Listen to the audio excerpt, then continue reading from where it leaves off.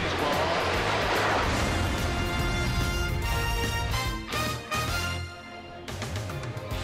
From Great American Ballpark in Cincinnati, it's the New York Mets against the Cincinnati Reds. New York Mets baseball and SNY is brought to you by Jeep and the unique brand of freedom you'll only find in the full line of Jeep vehicles. Visit Jeep.com to learn more. By Geico, over 75 years of savings and service. And by Budweiser, always on deck, this Bud's for you. It is a beautiful day in Cincinnati out on the Ohio River. Now also, you can come to the ballpark. It's a good day here at Great American Ballpark. The rich history of the Reds. And catcher Johnny Bench, the Hall of Famer. Or bring the kids out to the park. Might be one of the last days that the kids can go to the ballpark before school begins around the country. Alongside Ron Darling, I'm Wayne Randazzo in today for Gary Cohen. And Ron, yesterday we saw a brilliant effort from Rafael Montero. It really was. It was a thing of beauty to watch. You know, it's been a culmination of a lot of hard work for Rafael Montero. He went through a period where he really was at his worst, but he decided to start working on keeping the ball down in the strike zone. His slider, his changeup have consistently been down the last 4 starts. And when he does get ahead of hitters, he's been able to strike them out by elevating his fastball. That has really been the difference for Montero, probably last night's game being the tipping point for his career, getting the ball into the 9th inning. You can see his last 4 starts, ERA just a shade over 2. All the numbers starting to be what the Mets thought they would be when he first came to the major leagues. And today the Mets will try to get a series victory behind their ace, Jacob deGrom. Will look for his 15th win here today.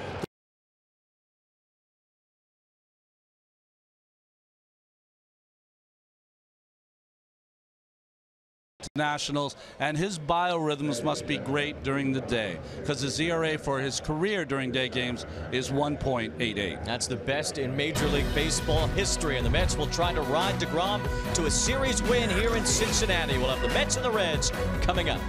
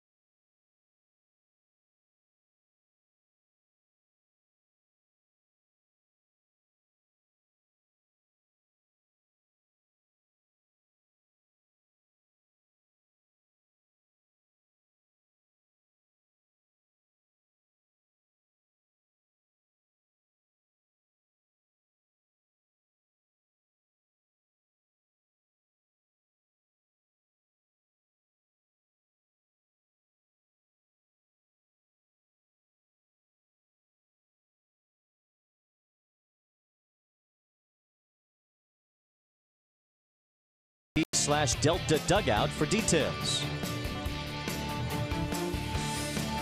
Be at Citi Field on Saturday, September 9th, when the Mets take on the Cincinnati Reds at 7:10 p.m. The first 15,000 fans in attendance will receive a Mets fleece blanket, courtesy of the Northwest Company. For tickets, visit Mets.com/tickets. Let's take a drive around the majors, presented by Audi. Ian Happ with his 20th home run for the Cubs in a blowout over the Pirates. Robbie Ray with his 7th game of 10 or more strikeouts this season. The Dodgers have lost 4 in a row, a season high for them. And Albert Pujols ties Jim Thome for the 7th most home runs in history, number 612 last night. The Angels still 1 game behind the Twins for the second wild card in the American League. We'll have the rubber game of our series in Cincinnati as the Mets take on the Reds. First pitch and starting lineups coming up.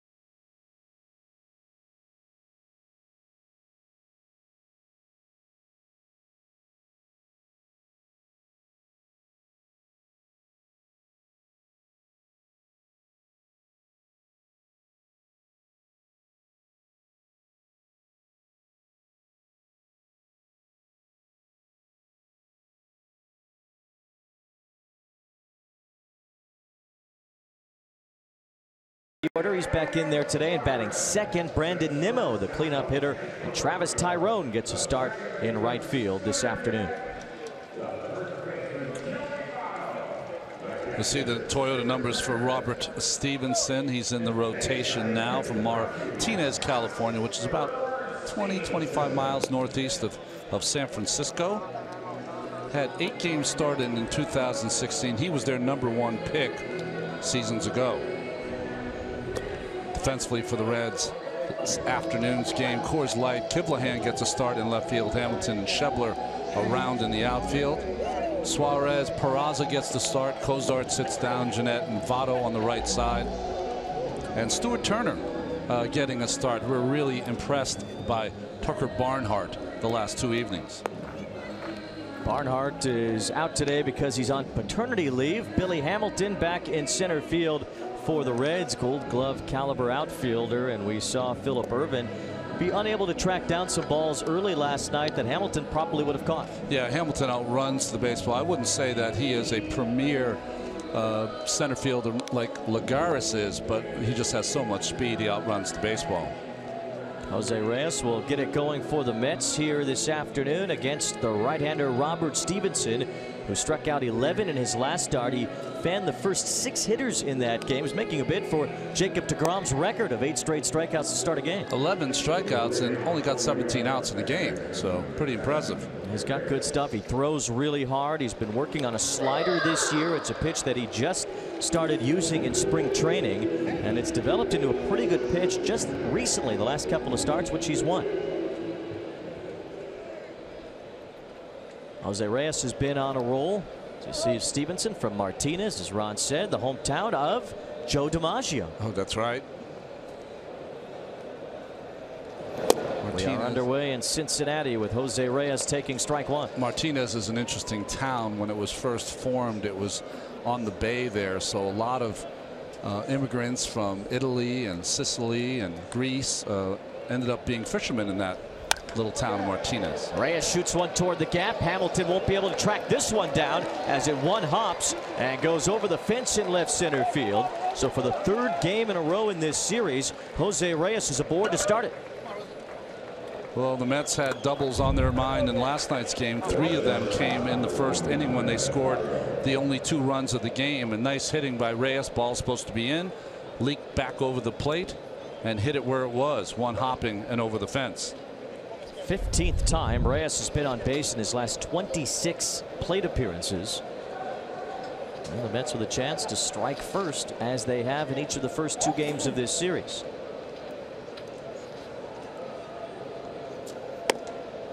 Ahmed Rosario looks at a strike. It's nice the Mets have some speed. Last night the youngster Brandon Nimmo, hitting second, wasn't able to advance Reyes. Let's see if the youngster Rosario is able to situational hit here in the first. Rosario will move Reyes over as the shortstop Peraza throws out Rosario, but only by a step. 1 out, and now the table set with Reyes on the doorstep as Asdrubal Cabrera will get an RBI chance. Cabrera drove in Reyes in the first inning 2 days ago.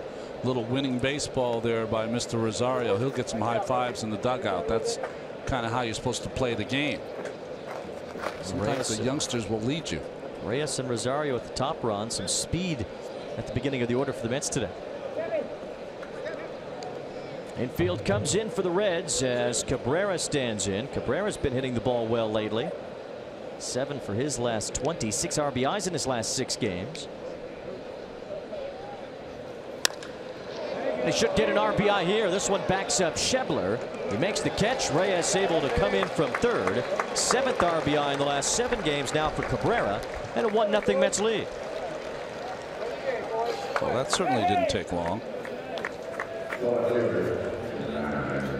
Get him on, get him over, get him in. It's the way to go. As good as it gets. Nice job by Cabrera not allowing Stevenson to get into that count. Just jumped all over that first fastball. So now Brandon Nimmo hitting cleanup. I talked to Terry Collins before the game today. He kind of agreed with what you said yesterday about Nimmo and his power. The reason why he's been able to be as good a hitter as he is that he hits line drives, gets a lot of backspin on the ball. They don't really necessarily need him to develop into a big-time power hitter.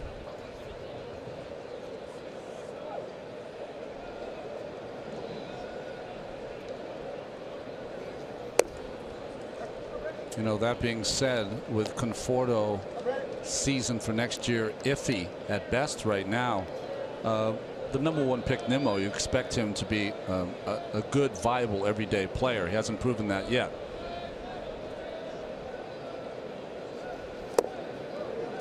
A changeup by Stevenson to get ahead of Nimmo. We haven't heard officially how the second opinion went for Conforto, but it seems pretty clear that surgery is going to need to be happening for Conforto to repair that left shoulder.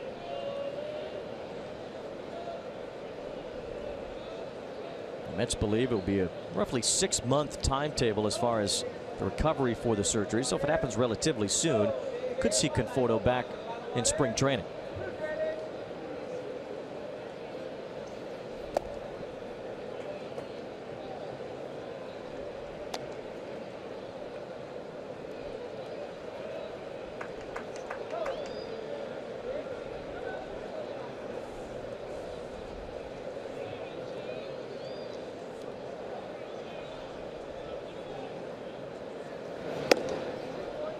Full count now on Nimmo for Stevenson. This is an opportunity for him to show the Reds what he can do down the stretch. Getting his 6th big league start this year. This was only the 2nd time he's allowed a run in the 1st inning.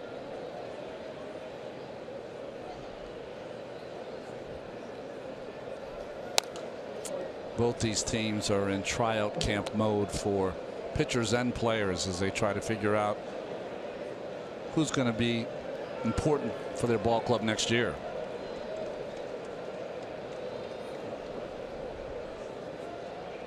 Saw Terry Collins, maybe both of these managers wondering about next year. Reds have a team option on Brian Price. Terry Collins' contract is up. And Brandon Nimmo is down to end the top of the 1st. Robert Stevenson gets his first strikeout, but the Mets get a run and a 1-0 lead for Jacob deGrom.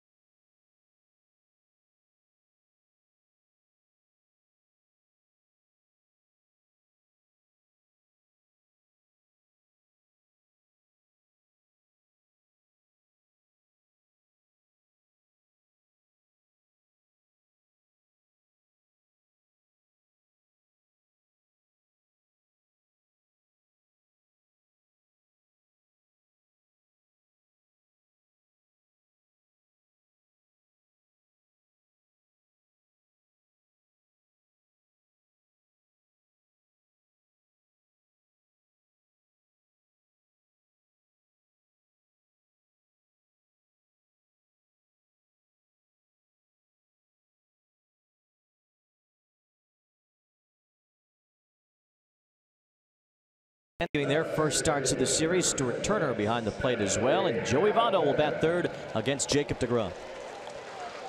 You know, this offseason, my pick for Cy Young was Jacob deGrom. You see his Land Rover numbers. Probably going to fall a little short, but he's definitely going to be in the top 5 discussion for the Cy Young. Could reach a new career high in wins and strikeouts today. He had 205 strikeouts in 2015. Needs 5 to get past that as Billy Hamilton leads off.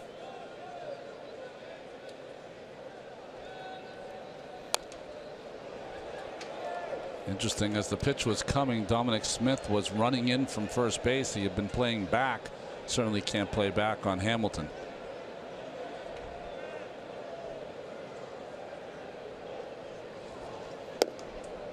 deGrom had 10 strikeouts in his last start, 7 2/3 innings in a victory against Washington.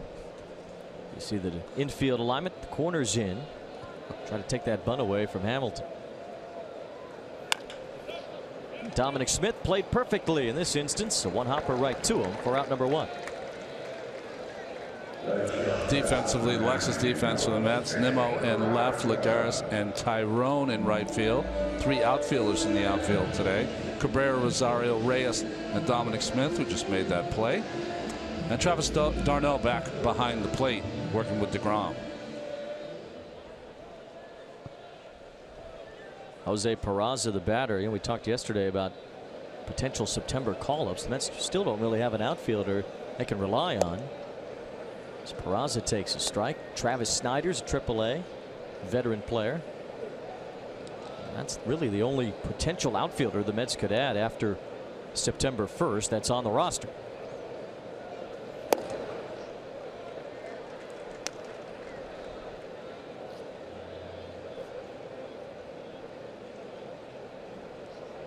Peraza giving Zach Cozart a spell.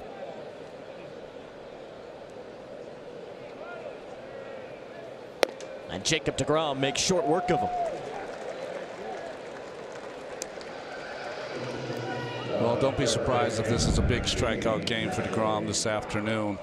This ball club does not swing very well on the pitch up in the strike zone. If deGrom can get ahead of hitters, he's going to see a lot of this. Well, that brings up Joey Votto, and here's an all-star matchup to watch. deGrom against Votto. The Mets pitchers have actually struck out Joey Votto more than any team. Votto's strikeout rate against the Mets at its peak compared to other National League opponents. And there's 2 quick strikes from deGrom. Votto's not going to have much bat left if he keeps choking up. Look at that. He's got like a kid's bat. Somehow makes contact.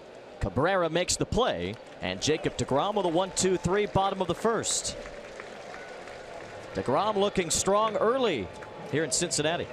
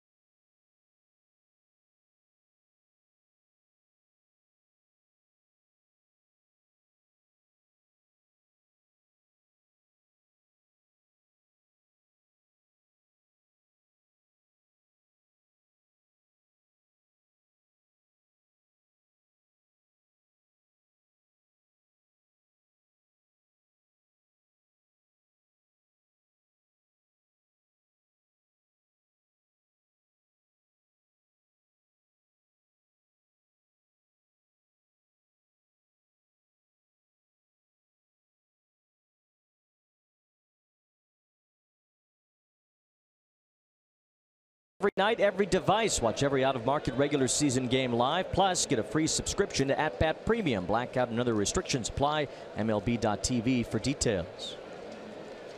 Travis d'Arnaud goes after the first pitch, and he has a base hit to start this second.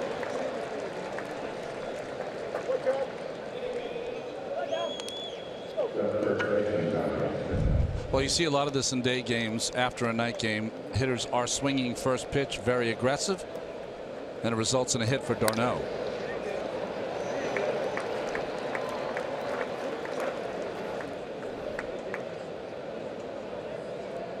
Medium leg kick by d'Arnaud, and good job of staying on top of that baseball. So now Dominic Smith gets a chance against Stevenson.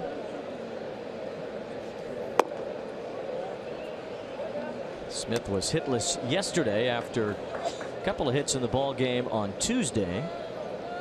Average at 172. Not a big walk guy, at least not yet at the major league level. On base percentage still under 200. It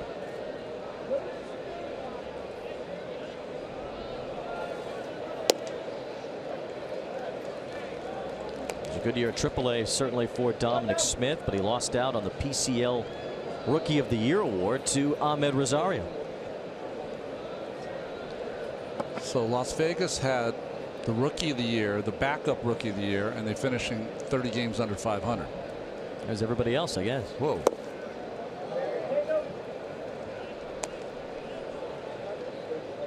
Not a great season for Pedro Lopez's gang out in Vegas. That season will end next week.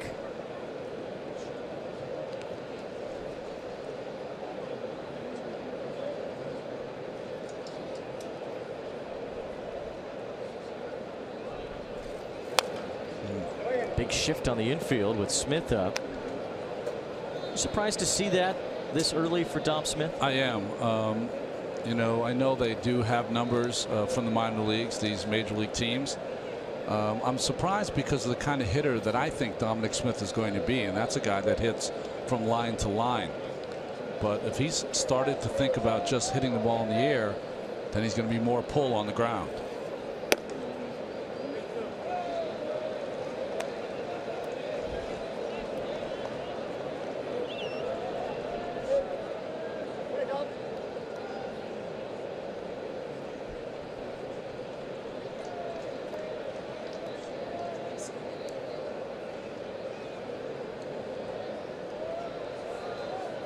You start d'Arnaud with 3-2 here? No. Short lead for d'Arnaud. Not running. And Smith takes ball 4. So there's the rare base on balls for Dominic Smith as he walks for just the 3rd time as a major leaguer. I think that's the highlight of my analyst career right there. When he asked me if d'Arnaud's running, my answer was profound. No. With no explanation. Nothing. It was total on a whim. And you were right. 50% chance. Be great at coin tosses. There you go. The Mets have something brewing with Juan Lagares at the plate.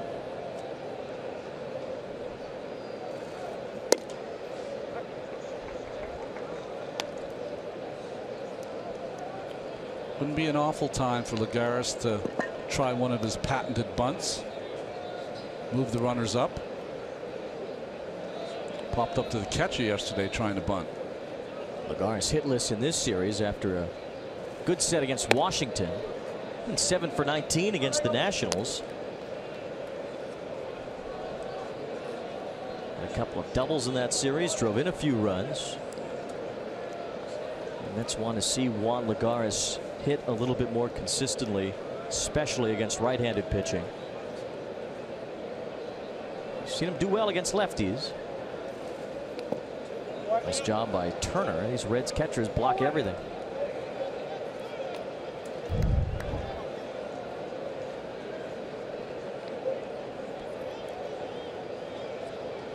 Breaking ball before the plate. Most catchers in the major leagues, but we've seen the Reds here before the game, they go through a whole routine of working on blocking the balls and keeping them in front. The Reds catchers have been better than most in this series.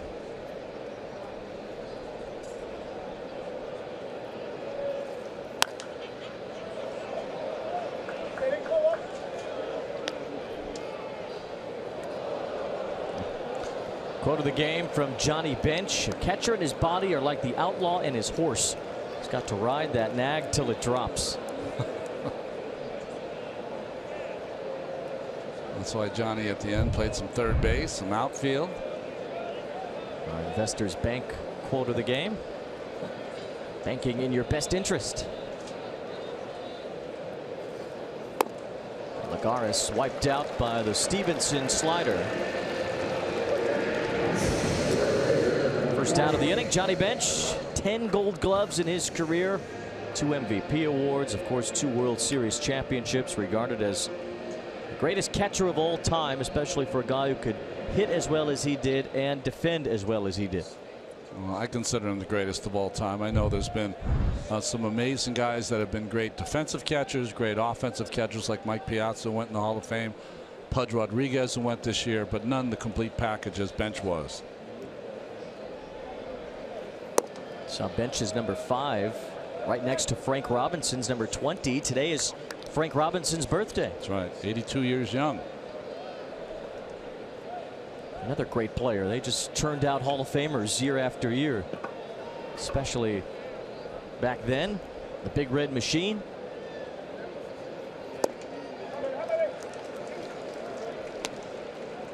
We see what Frank Robinson accomplished over the course of his career, so long that he played, won the Triple Crown in 1966. Bounced around a little bit for a guy that was that good and in that era before free agency, really. Well, he won the MVP with the Reds, and the owner, Bill DeWitt, before he traded him to the Baltimore Orioles, said that Frank Robinson was an old 30. So all Frank did when he went over to the Baltimore Orioles is hit for the Triple Crown, won the MVP, and won the World Series to let Mr. DeWitt know he was wrong. Milt Pappas, was it worth it? No. No.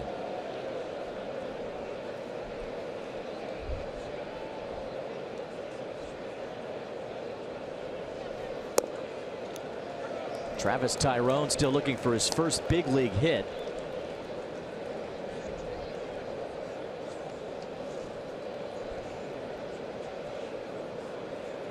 Tyrone has struck out 4 times in his first 9 big league at bats. Known to punch out quite a bit.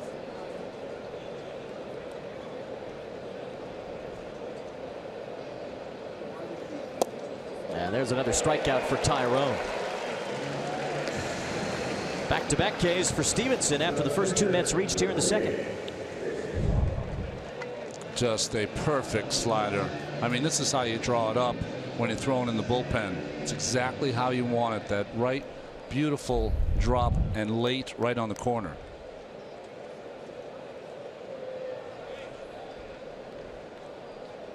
A chance for Jacob deGrom to swing the bat, which we know he can, batting .230 this year. His first home run earlier this season. He went too far on that check swing.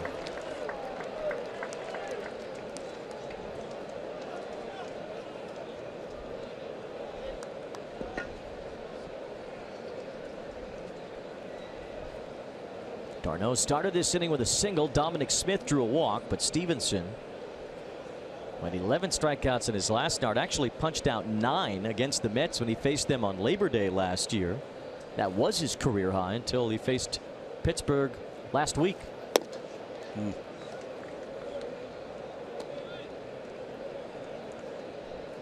If you remember that Labor Day game, Matt Reynolds flew basically overnight to get here to be put right in the lineup. Had 3 hits and a home run that day off of Stevenson.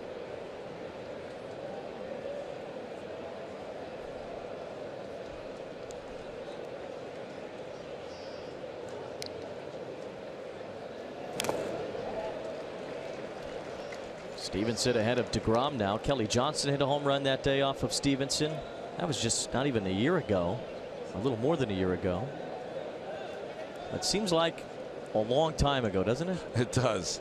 Especially with the last 2 seasons being so productive as they have been for the Mets, and then this year kind of a forgettable one.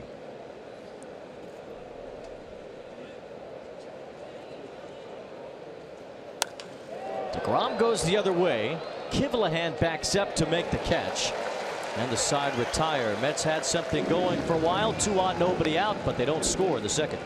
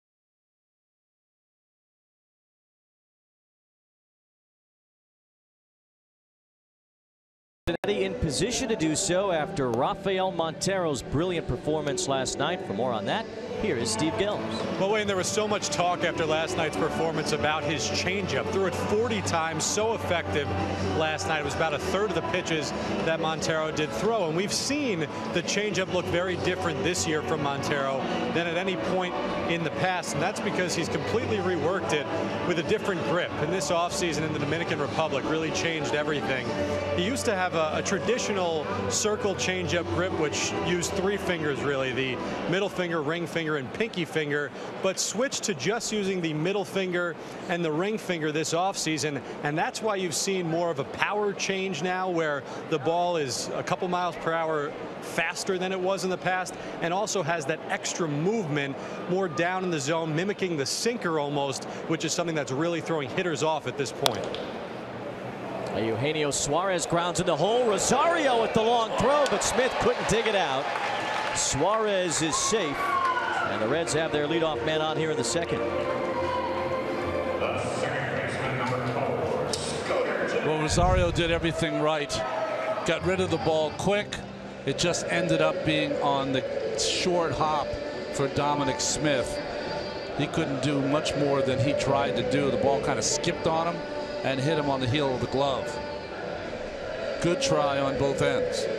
Now Scooter Gennett will stand in as the hop just rolled up a little too high for Smith. Great effort by Rosario. Some interesting stuff there, Rafael Montero, and the usage of his changeup. Threw a bunch of them yesterday. Yeah, I don't think I've ever heard of a number like 40, other than when you're talking about a guy like Tommy Glavine or someone like that who's not an overpowering pitcher. You know, the really interesting part about this, though, is why Montero decided to make that switch. He went home to the Dominican Republic in the offseason and has an older brother down there who's really a mentor to him, someone that was actually signed by the Dodgers in 2000. And his brother essentially told him, if you don't figure out how to throw an effective changeup, you're never going to pitch successfully in the major leagues. So he decided to tinker with his grip and remembered a piece of advice he got from Luis Mateo, who was a teammate of his last year in AAA, who suggested trying this grip. Last year, Montero didn't feel comfortable with it, but worked on it hard this offseason, and it's ultimately paid dividends.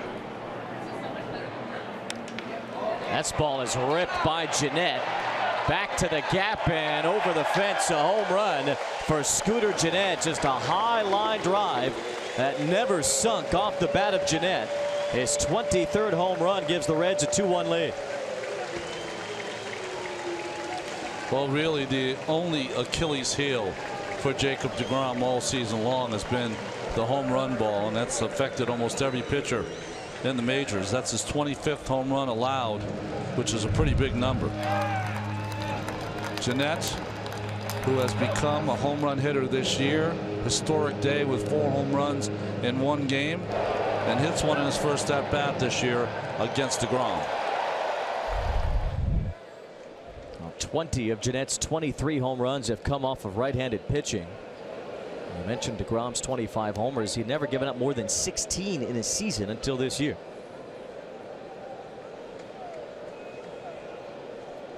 There's Scott Schebler. He has 26 home runs.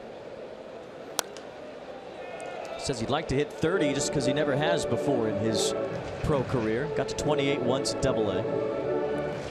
The ball usually flies here in the afternoon on a beautiful humid day.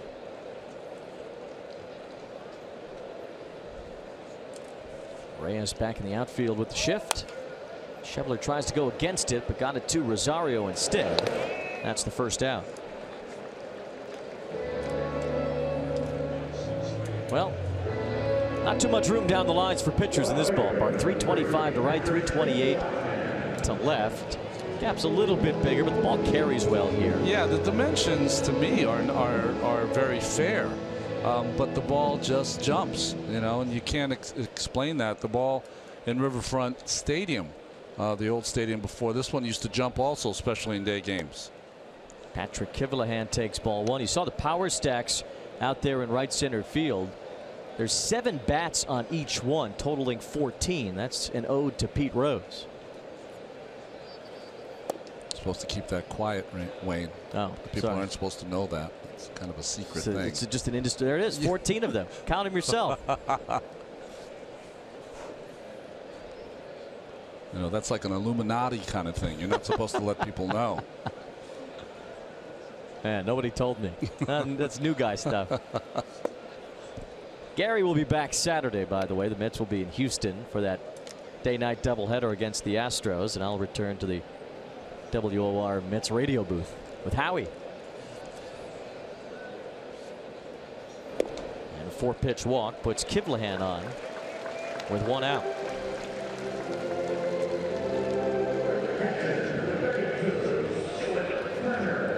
Buick Road ahead. There's Gary Cohen in cartoon form. Keith will be working with Gary in Houston. Ron, you're back for Labor Day against the Phillies on Monday. Yes, red eye straight to Citi Field. I'll be there about 7:30 in the morning, ready to go. 18 cups of coffee later, we should get through the game. Nice early start coming off the road trip. It is a holiday after all as Stuart Turner bats. This is something that he hasn't done much of this year. This is Turner's 61st plate appearance. He's been on the roster pretty much the entire season, save for some DL time. Yeah, he's taking this backup catcher role to a new art form. Well, he's actually been a third catcher most of the year because Devin Mesoraco has been in there. So they just kind of stashed Turner on the roster because he's a Rule 5 guy. That's right. Makes sense.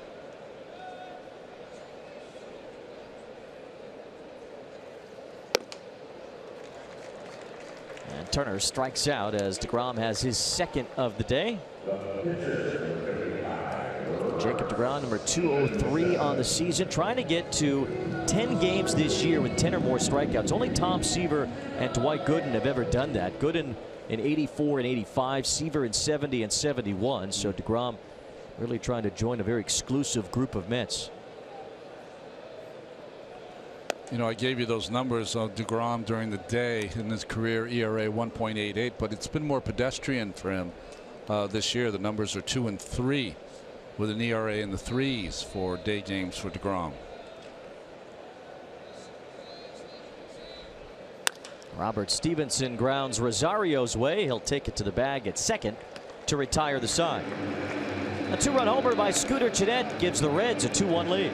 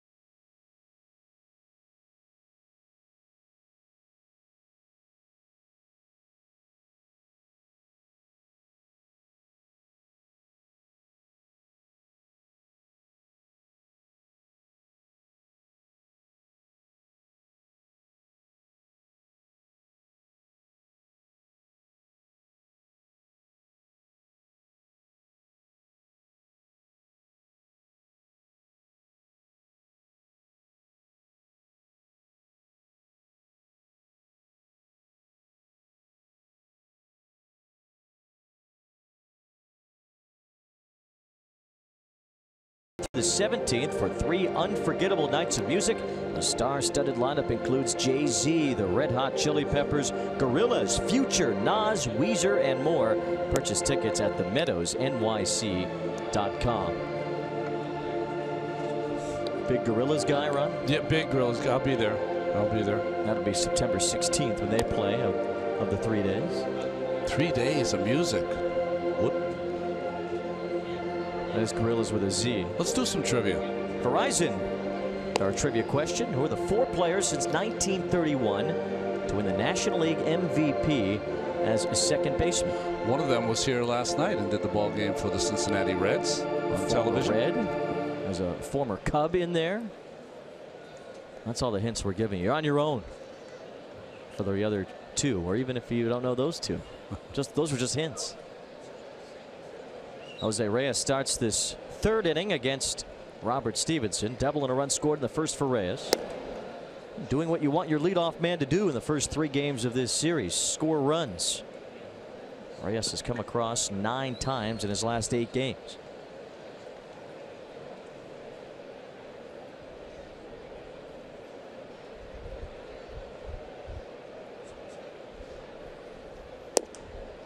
Reyes playing second base tonight. We've seen him scatter around in this series. Played the outfield in the opening game of this series. Got the start in left field. First career start in the outfield. Did something rarely done. As the count goes to 2-1. Reyes became the first player to make his first outfield start after more than 1,700 career games since Alan Trammell did it in 1993.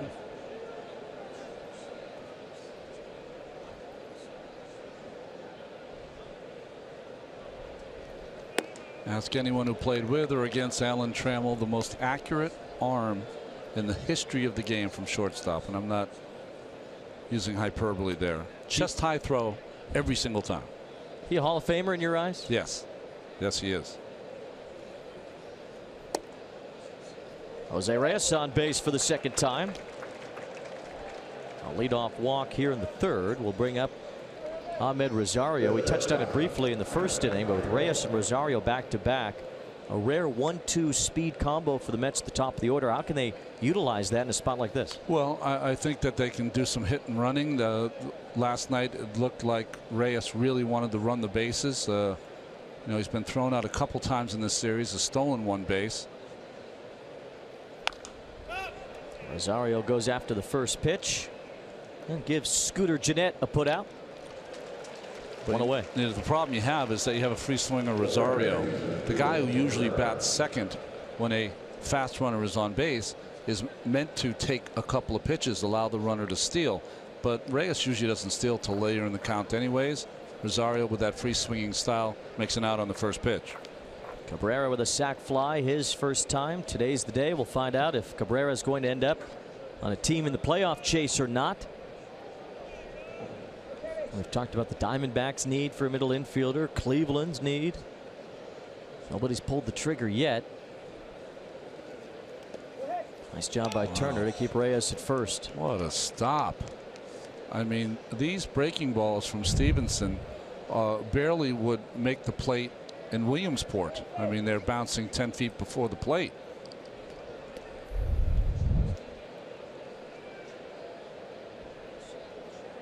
Little League weekend it's over. Oh, that's right.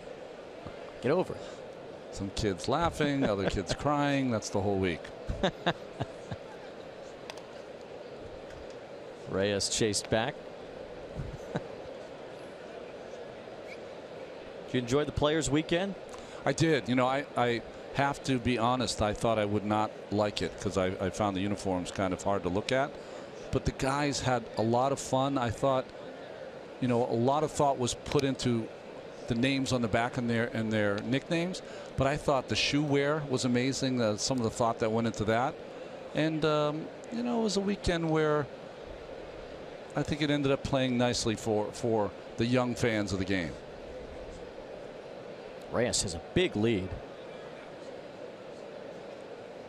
He's running. And Cabrera with a base hit. Reyes takes off for third. Schebler's throw goes that way. Reyes beats it. And the Mets use the hit and run to perfection.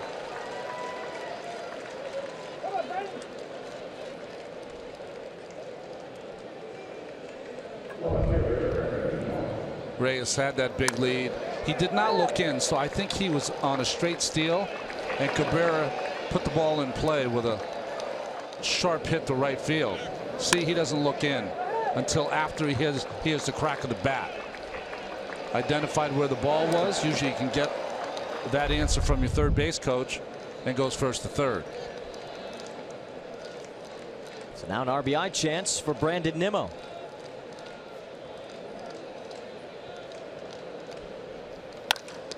That's off the pitcher. Votto almost threw it home. Now tries to get Nimmo, and everybody's safe. A run scores. The game is tied. Nimmo gets an RBI, and hopefully Robert Stevenson is okay. That one got him good.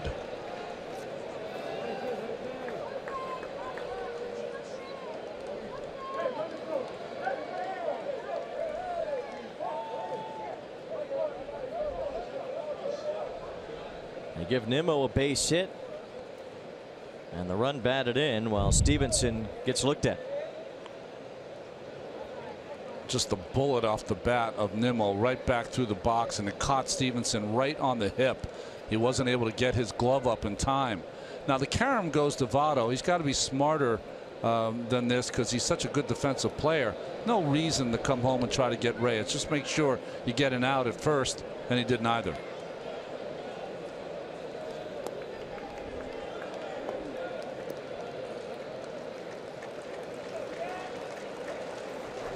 I mean, I had it off his right hip. I'm not sure now. I think Votto underestimated, the speed of Brandon Nimmo. And Votto pretty indecisive there. Stevenson actually got hurt earlier this month diving for a bunt.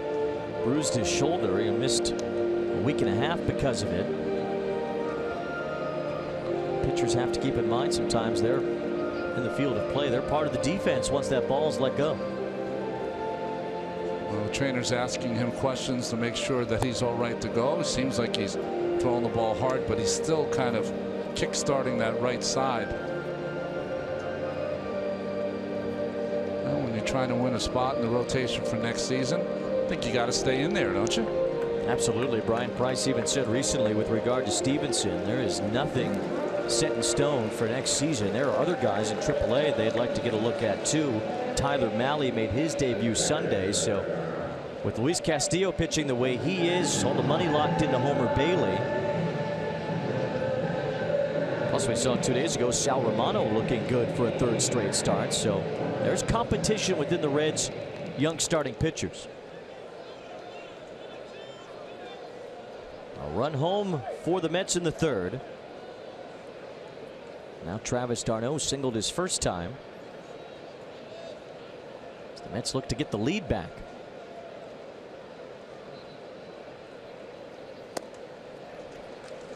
Good slider by Stevenson. That's a pitch that he wasn't even throwing until this year.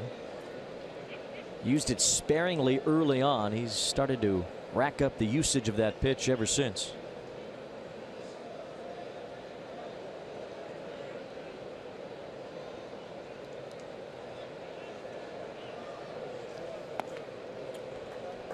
Well, we watch these games all year long, and I'm going to ask all of you guys, the truck included.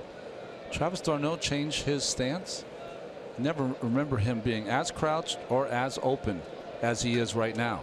He tinkers with his stance and his swing a lot.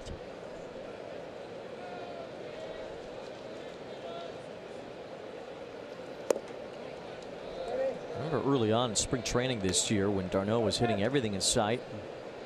He found it. This was it. This was where he was going to be. He had a good place for his hands. The swing was right. And then at some point it just seems like it gets lost as the season goes on and he goes back to the drawing board.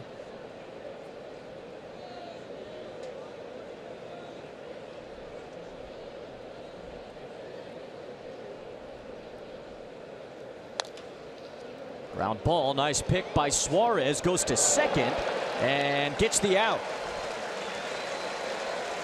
Eugenio Suarez has gone 49 consecutive games without an error.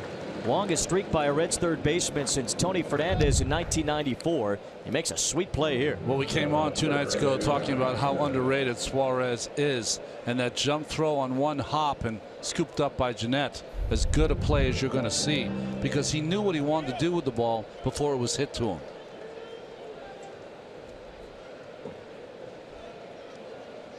You see the streak for Suarez, a former shortstop in the Tigers farm system before he got traded to Cincinnati, became a third baseman.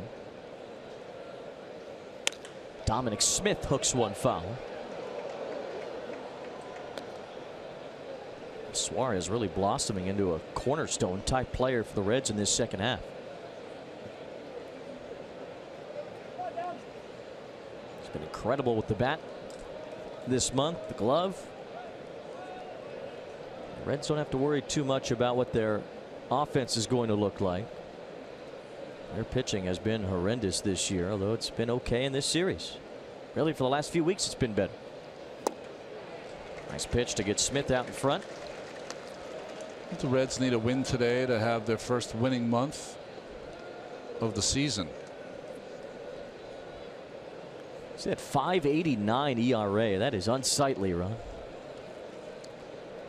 Well, they're going to have to fix that. I know they have some great young arms, but they're not ready yet.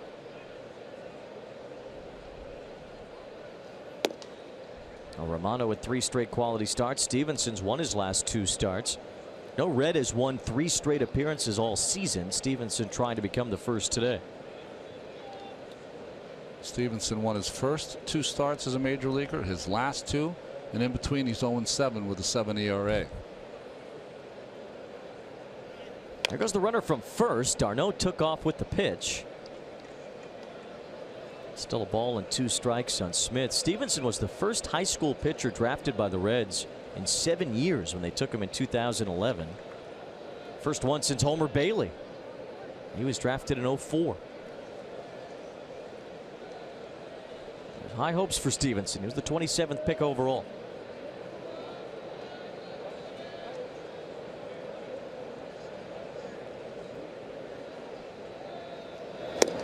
Smith swings and misses, and the Mets leave a man on third. They do get 1 home in this top of the 3rd inning. It's a 2-2 tie after 2.5.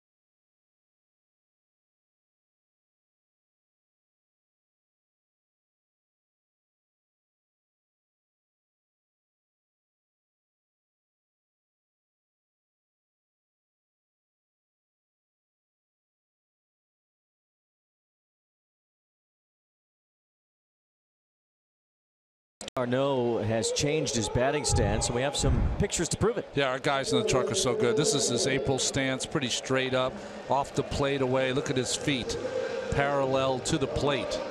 And now today, this afternoon, completely open, crouched a little more, both eyes on the pitchers instead of April when he only had 1 eye in the pitcher. So radical stance change for Mr. d'Arnaud. And I don't think it's working necessarily. His OPS in April is on base plus slugging .833 as Billy Hamilton's on to start this bottom of the 3rd inning with a sharp single to center. d'Arnaud's OPS in August .532. It's a 300-point difference going the wrong way. A lot of first pitch hitting today, and this one right straight through the box over the head of DeGrom.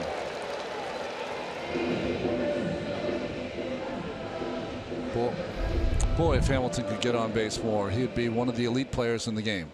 His on base percentage among the worst in the major leagues. But he leads the league in stolen bases. He has 54 of them. He's got the oven mitt on. Let's see what kind of lead he gets. It is an oven mitt. It is. He's getting a big lead too. See, DeGrom just held the baseball. That's a sign from the bench. They'll give it to you. You just hold it until they call timeout. Someone will call timeout. And now if he wants, he can quick pitch to home. It's set at the belt and go. Always try to give a good base stealer a different look each and every time.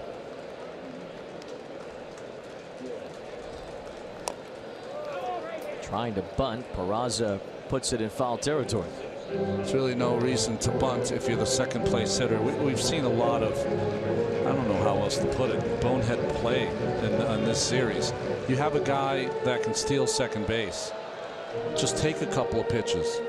No reason to have to bunt him over.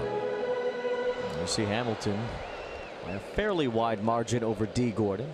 Trey Turner's been hurt. Plus you're in a ballpark where, you know, the score at the end of the game could be 10-8. Sure. I mean, it's not very good court awareness from Peraza. Calls time and was granted it. D'Arnaud and DeGrom seem a little miffed that it was granted so late. It's too late by Jerry Meals to call time. The ball was on its way. Meals behind the plate. Culpa, Chris Conroy, and Ryan Blakeney on third base. Jerry Meals, the veteran.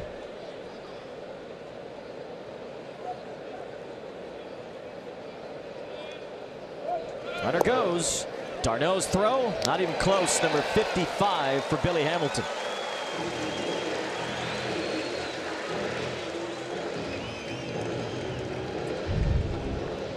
Well, I found it unusual that DeGrom didn't throw one pickoff throw over there, and the lead just got bigger and bigger for Hamilton. And he started that slide about 15 feet short of the base, but still got there because he's had so much speed. Now Peraza will try to get him over. DeGrom ahead in the count, though. 1 ball and 2 strikes. Career steal number 239 for Billy Hamilton. There was a Billy Hamilton that played for the Phillies more than 100 years ago. On this date in 1894, he had 7 steals in a game. Well, you have to watch out for Hamilton trying to steal third base also.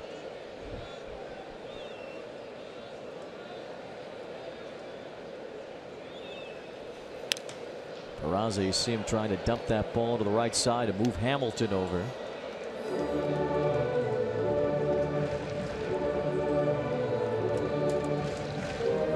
Peraza with Votto on deck. Peraza has all but lost his starting job between Scooter Gennett's big year, the way Cozart continues to play. But Cozart's a free agent, so Peraza might stick around. DeGrom looks back to second. Well, Rosario, the rookie's in charge of keeping Hamilton close. What you want to do is just stand right behind him, and you want to tap your glove. You want to fake to second base a couple times. You want to sometimes get back, yell to him, and he's trying to do that now.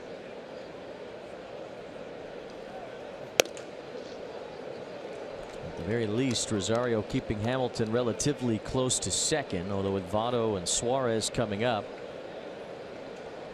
I think Hamilton will try to take off here.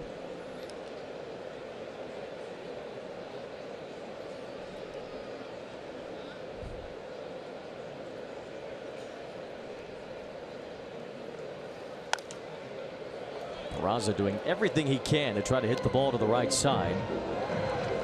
And on a pitch that seemed tough to hit that way, able to fight it off.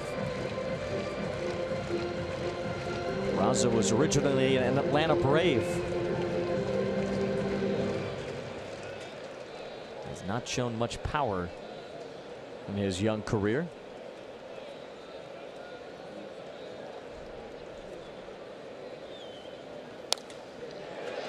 He ropes this ball, but it's foul. That was a changeup from DeGrom, which is a surprising pitch against a hitter like Peraza. To me, a hitter who's not that strong of a hitter, you never want to throw them a changeup because you're really playing into making them a better hitter, in my opinion. DeGrom struck out Peraza with a high fastball in the first inning.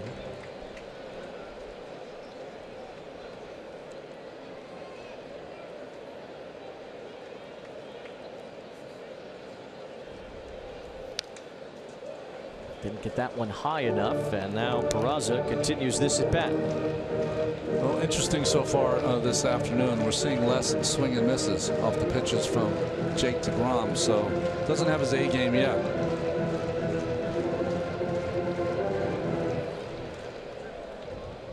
This will be the 9th pitch of this at bat to Peraza.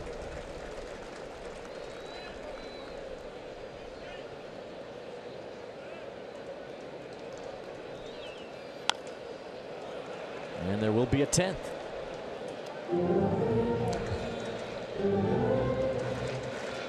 The end game for Peraza here is just to move over Hamilton, but he's driving up the pitch count for DeGrom, and that's a good thing for the Reds too. Leadoff single and a steal has put Billy Hamilton in scoring position.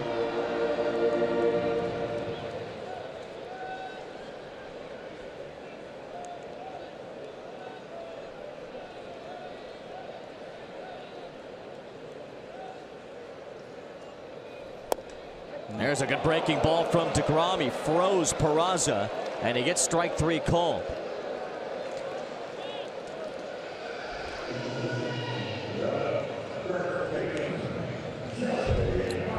You know, Votto last night choking up against Montero, who was awfully tough all night long.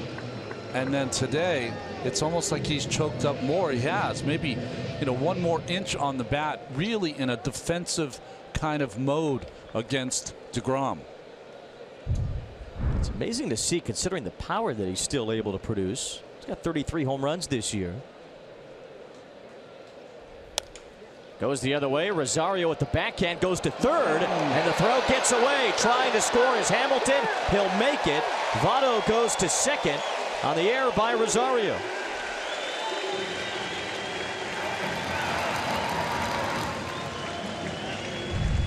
Well, poor choice here.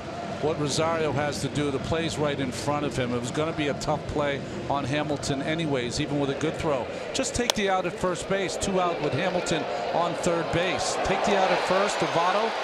Instead, produces a run.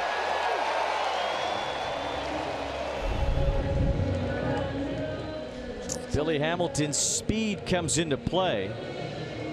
The Reds take the lead back. Errors of omission, errors of commission, and that just, you have to know the situation there. With 1 out, you get 2 outs. Votto at first base, and DeGrom can work out of the problem.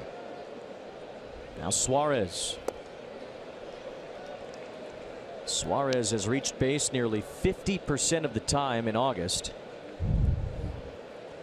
You have to remember who the runners are. Hamilton just had so much speed. Now he's got it, but look where Cabrera is. Cabrera has not, he's backing up, so he's moving. Rosario's moving. Hamilton at a quick pace. Just a more difficult play. Seemed too like Rosario had some trouble getting the grip on the baseball. Well, he tried to hurry his throw. Once he saw it, you know, for a normal base runner, that would have been an easy play at third, but not for Hamilton.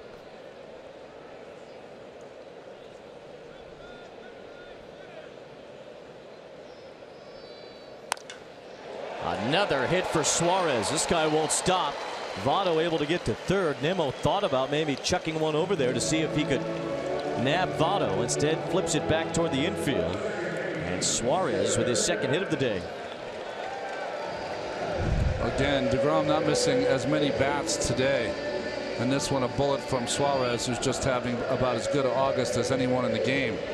Votto on second base when that ball was hit started to go back to second base, which I found unusual, but Joey can be that kind of player.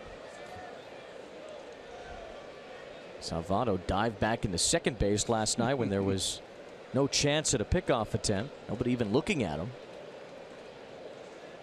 Here's Scooter Gennett, a home run his first time.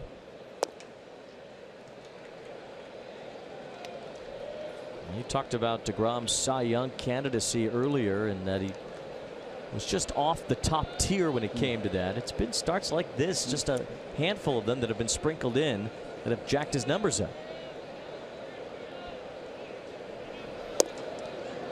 Yeah, you're exactly right, Wayne. You know, every pitcher would love to do this, but if you could take away 3 or 4 starts from DeGrom this season, his numbers would be off the charts, but you can't. And so he lives with an ERA in the 3s when it should probably be in the mid-2s.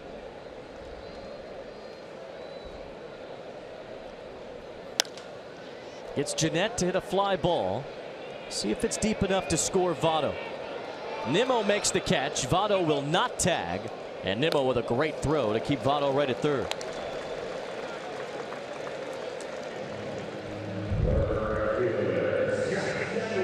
Well, there's nothing he could do. He had to catch it on that side of his body because he was going to left center. The throw, though, was right on the plate. Votto would have had no chance. Still better to hit the cutoff guy, because if Suarez was doing the right thing at first base, he might have been able to tag up on that throw. DeGrom will try to limit the damage here at the bottom of the third with Scott Schebler at the plate. Schebler at 5 RBIs in the game Tuesday. And tied a career high for him. He's batting just over .350 in his last 10 games.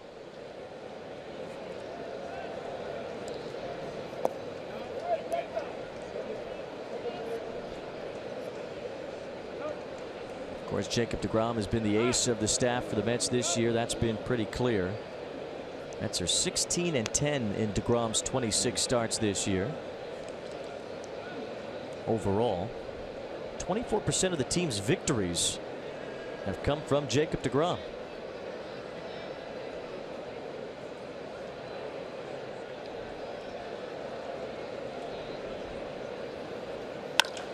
That's hit hard into the gap. Lagares makes the catch. Side retired, and Jacob DeGrom does limit the damage. The error brings home the go-ahead run for the Reds, but that was all.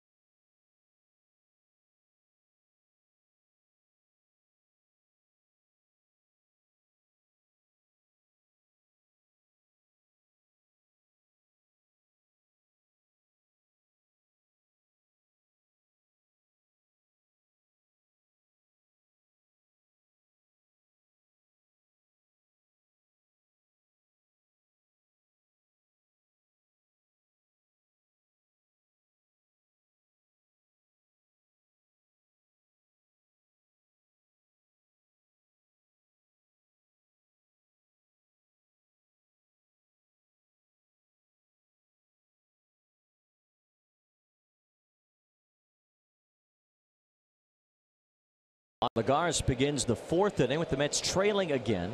Second time they've been behind in this one. Big curveball from Stevenson for a strike. Lagares struck out his first time, continues to be 0 for this series.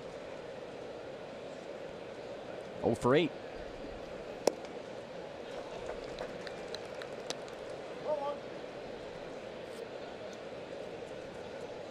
Travis Tyrone is 0 for 10 in his major league career. He's on deck.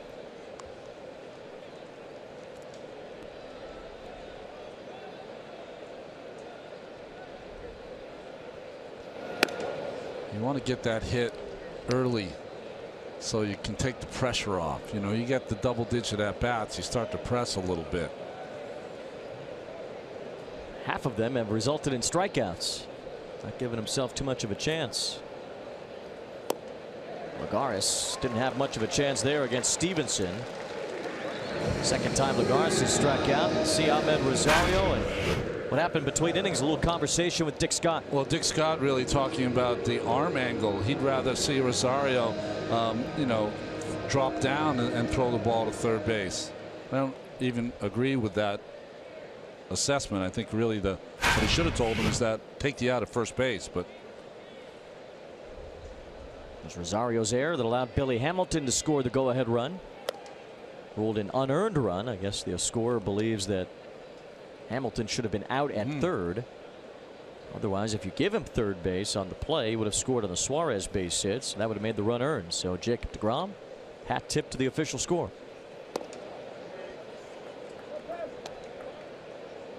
It's 2-0 on Tyrone. Let's see if he can get around on one. Can't even recall a time where Tyrone's hit a ball into the outfield really yet. Some ground outs, some pop-ups, and the 5 strikeouts. And there's the first hit for Travis Tyrone. It's going to be extra bases as Kivlahan has some trouble with it in the corner.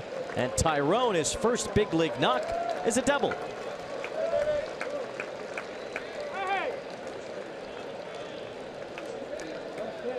Well, there's nothing like it. You'll always remember your first double here for Tyrone. And his good buddy Matt Reynolds has got the baseball. And a big whoo from Tyrone on second base. 2-0 fastball right down the middle. Turns on it. Let's go the bat with one hand and hit so sharply. No chance for Suarez. Now deGrom takes a hack at the first pitch. Tyrone had 32 doubles at AAA this year. That was the 4th most in the PCL. Sorry, I was busy watching a foul ball that went and a guy missed it and it hit his girlfriend. I mean, that's the end of that relationship. deGrom, it's a ground ball Jeanette's way. Tyrone goes to third with 2 down. They're your team. Take them with you. Watch every SNY Mets game on the go on any device all season long with live streaming presented by Verizon. Just download the NBC Sports app or visit SNY.TV. Your new home for live streaming coverage of every SNY Mets game. See if Reyes can get on base again. He's done so twice to start this game, a double and a walk.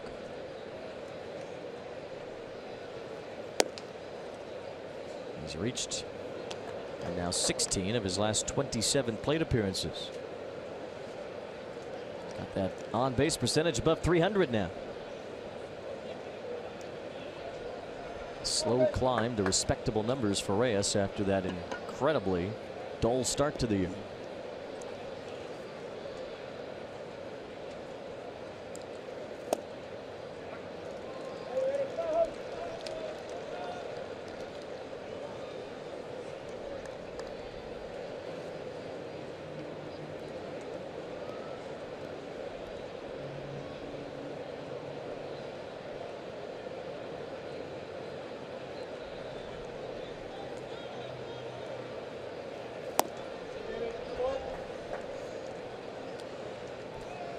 Spectrum high-speed pitch so far today. A couple of hard throwers hitting 95 between deGrom and Stevenson. We've seen both of these guys be able to crank it up into the high 90s. Stevenson can touch 99. So can deGrom.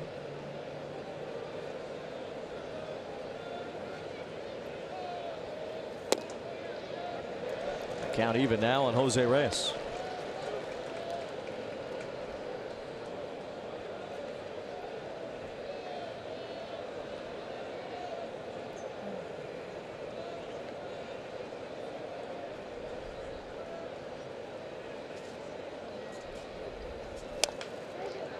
Ground ball. Scooter Gennett with the pickup. And Jose Reyes strands the go-ahead run. The tying run, rather, at third base. The Reds have a 1-run lead after 3.5.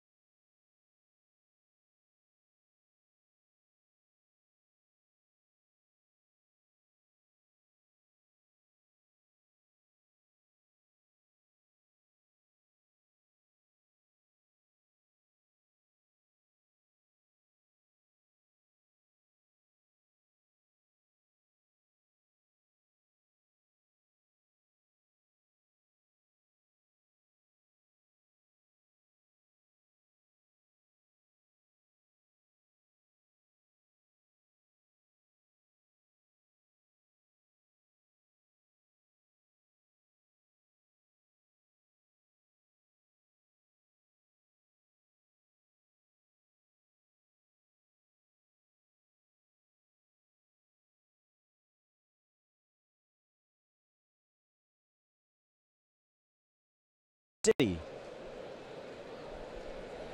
Mets are down by a run against the Reds. Patrick Kivlehan swings through an off-speed pitch from Jacob deGrom. Kivlehan walked his first time. New Jersey native, former Rutgers football star. Played 1 year of baseball there and got himself drafted.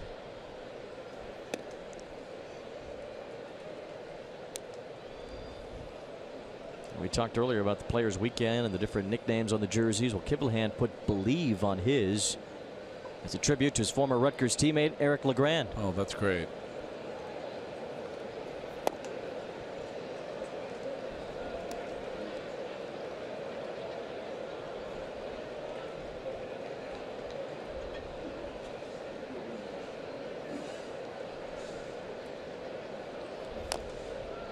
Kivlehan said nobody really has a nickname for him. So he decided to pay tribute to LeGrand, who has done so much for spinal cord injuries and awareness with regard to that ever since the horrific injury he suffered on the football field.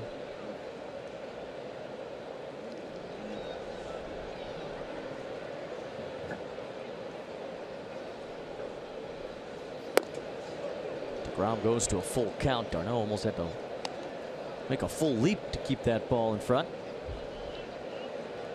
There's a Rutgers shirt. And a Sicilian. Can't beat this guy. Full count on Kivlehan. College football season starting up this weekend.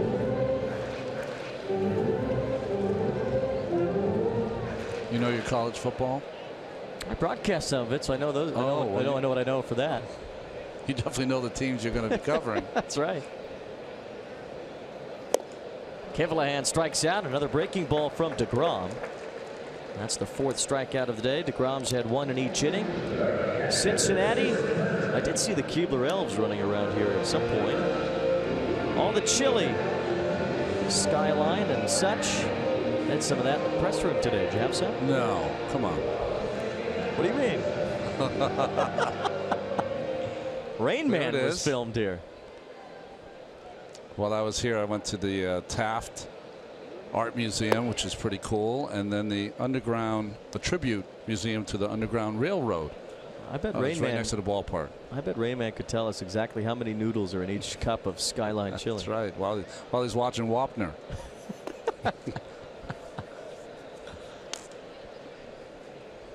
We were talking about Judge Judy in the clubhouse before the game today. All the money she makes doing that show.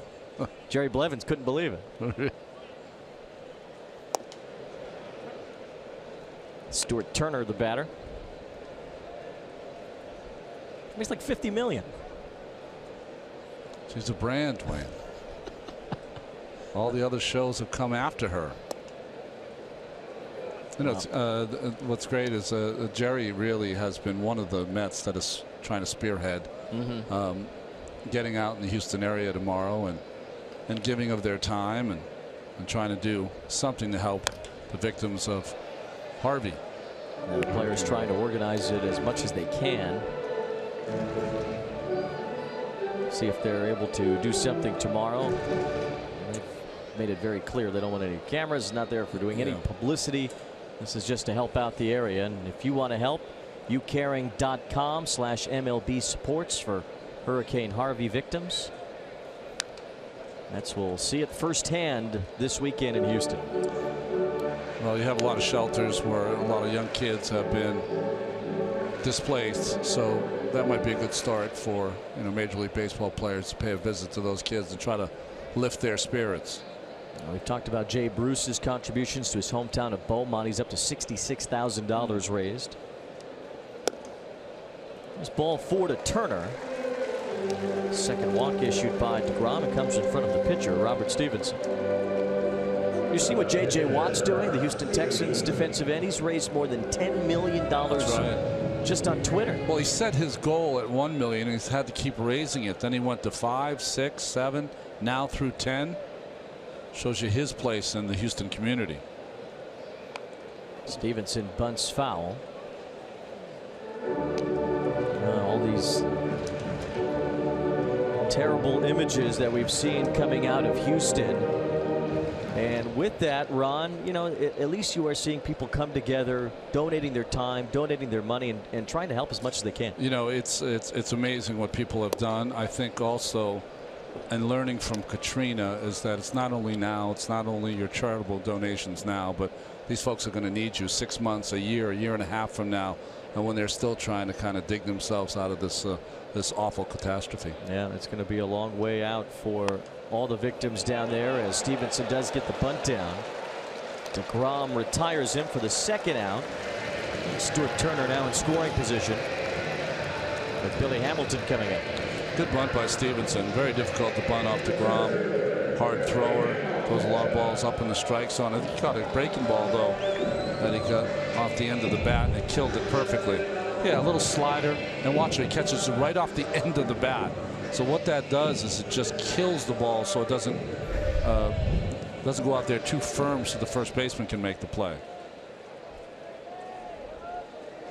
Billy Hamilton created a run pretty much by himself in the third inning. Singled, stole second. He's trying to get to third on a ground ball. Ahmed Rosario threw it away. Hamilton scored.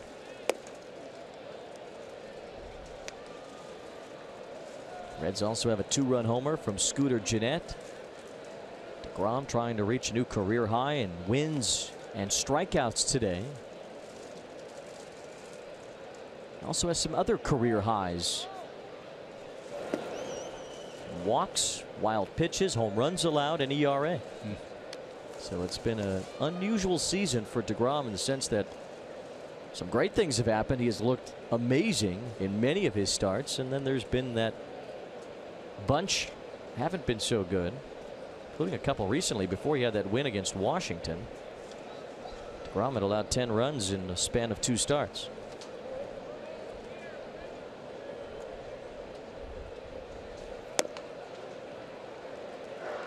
Look at the Porsche leaderboard as we take a look at the strikeout per 9 innings leaders in the National League. DeGrom is third. Max Scherzer leading the way.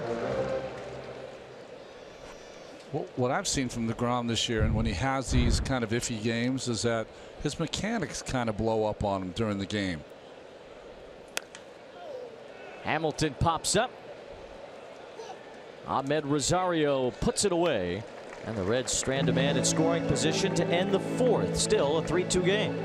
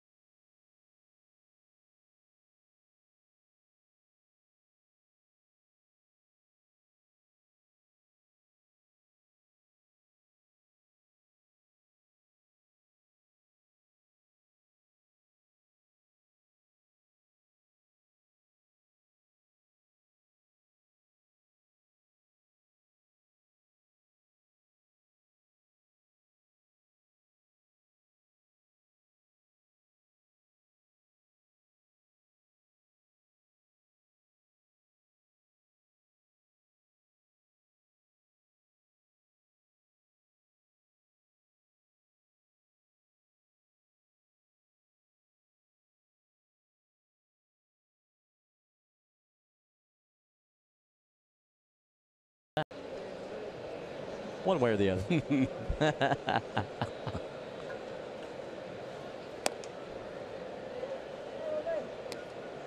Ahmed Rosario starts the fifth.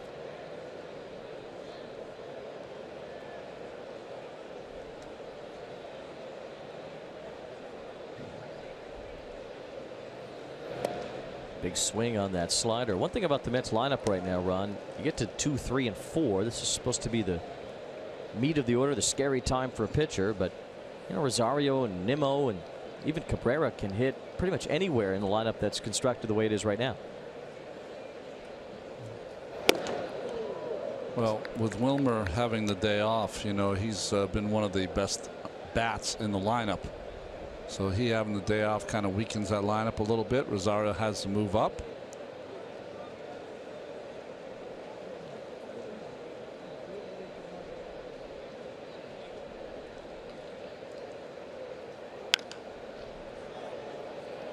Playable for Schebler, and there's one down here in the fifth. The Mets certainly believe that Rosario will be a more top of the order type hitter down the road, if not in the 2-hole, maybe in the leadoff spot if that on base percentage rises as he goes on. There's Cabrera. He's had a good day, an RBI in the first, singled his last time.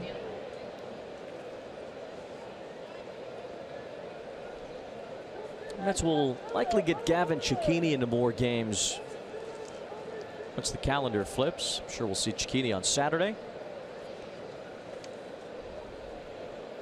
I know we'll see Matt Harvey on Saturday. He'll come off the disabled list to pitch game 1 of the day-night doubleheader against the Astros. Said he's ready to go. They look like they're going to hold him to about 80-85 pitches. Mets will have Tommy Milone in the holster after Harvey. There'll be Seth Lugo in the nightcap on Saturday, and then back to Chris Flexen Sunday, coming off a rough start here in Cincinnati a couple of days ago. Astros not really fighting anymore for the division title, but all of a sudden the Cleveland Indians are sneaking up on them for that #1 seed in the American League. And the Red Sox not far behind either. Well, they haven't played well since Carlos Correa went down with the hurt wrist or hand, and he's due to come back maybe on Sunday. So the Mets might get a peek at one of the best young players in the game. The Astros have been up 10 or more games in the AL West for 2 or 3 months now. As Cabrera whiffs a good slider from Stevenson, down and in. Well, we can see the strikeouts from Stevenson. That's 6 now for him this afternoon. 11 in his last start. He had 9 when he faced the Mets a year ago.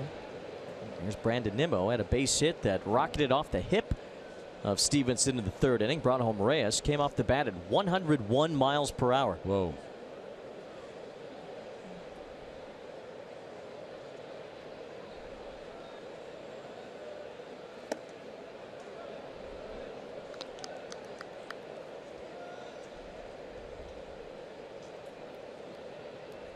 The Mets have not hit a home run in this series. National League leaders in home runs. A franchise record on the road. They haven't hit one here in Cincinnati. Nimmo had the Mets' last homer on Sunday night in Washington. And the Reds, of course, give up more homers than any team in the major leagues. Last year, they gave up more than any team in history. They allowed 258 this year at 215. Still kind of on pace to reach last year's record. I think there's only been 6 games this year in this ballpark where neither team has hit a homer.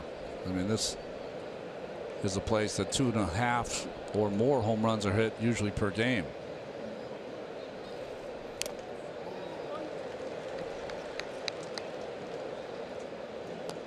And the history of Great American Ballpark, only 104 homerless games spanning 15 seasons. Doesn't happen often. It happened yesterday. So far, the Mets have not hit one yet in the entire series.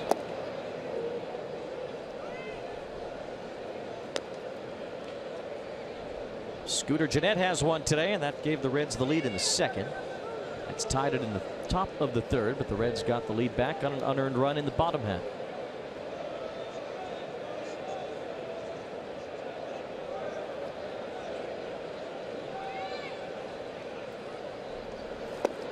Brandon Nimmo strikes out Robert Stevenson, bearing that slider down and in to a couple of left-handed batters here in the 5th, and the Reds maintain a 1-run lead.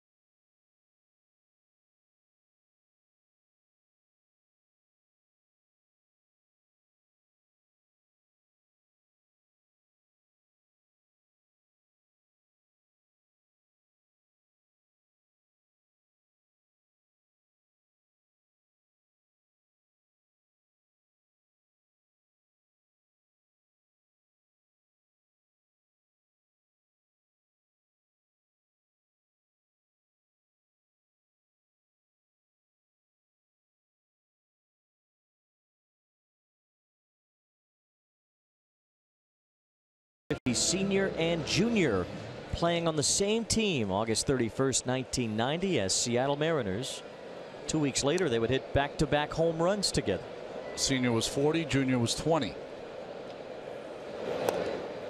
The story went that Senior was actually a Red not too long before that, and was given a short amount of time to either accept a release, go on the DL, or retire. So he wanted to go to Seattle to play with Junior. Ended up retiring, then had to unretire because he found out he had to wait 60 days to sign with a new team. Ended up with the Seattle Mariners, but of course Ken Griffey Jr. born right here and raised in Cincinnati.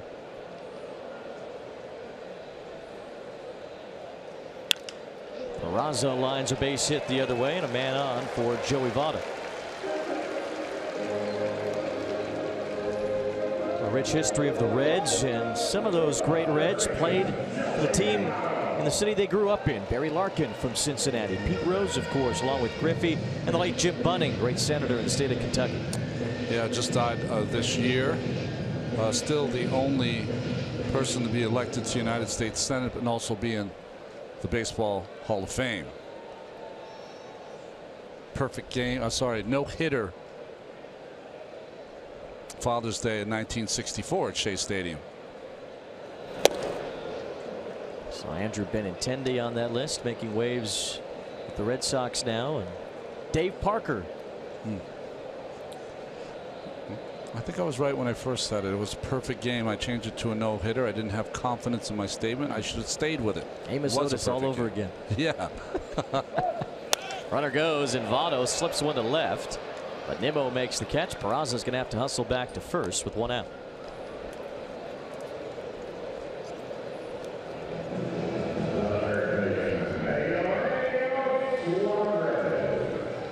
So the Reds put up a video on their Twitter the other day with Dave Parker hanging out with Billy Hamilton and Philip Ervin. Dave Parker telling some old baseball stories.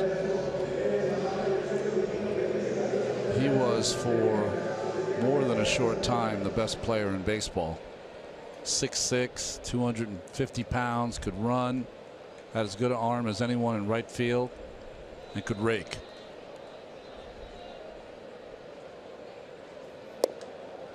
Eugenio Suarez with 2 hits in this game.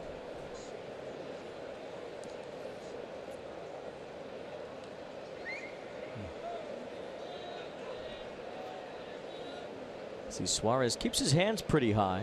Not quite Julio Franco high, but he's up there. Does that take away the inside pitch for him at all? You know what it reminds me of? A little bit of Edgar Martinez. His stance was almost identical to Suarez. Yeah, I would think you would have a hole right at his hands.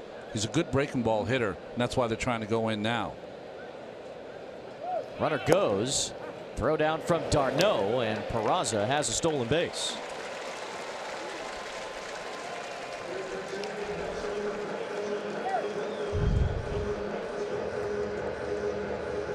A good jump from Peraza, easily safe at second base.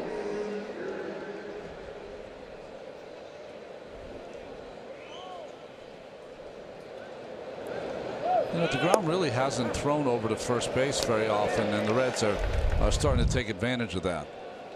Well, opponents have had success on the bases against DeGrom recently. Now 2-2 on Suarez, but opponents with 16 steals in their last 17 tries against DeGrom. Besides not throwing over, are you noticing anything that's allowing that to happen? Well, you know, the Mets catchers have had an inability to throw out runners most of the season, unless Rene Rivera was behind the plate. That's part of it. But I also think that teams, because of DeGrom and how good he is, it's hard to bunch hits. So you have to try to steal bases, try to steal some runs. Suarez tied up on that inside pitch. That's the second out as Peraza halts at second base with Scooter Gennett coming up. 2-run homer for Gennett. Part of the difference in this game. You mentioned Rene Rivera. DeGrom actually with a much better ERA this season when d'Arnaud has caught him. His ERA below 3 with d'Arnaud behind the plate. Around 4.5 when Rene Rivera caught him. Now Rivera on the Cubs, and Kevin Plawecki, the Mets' second catcher.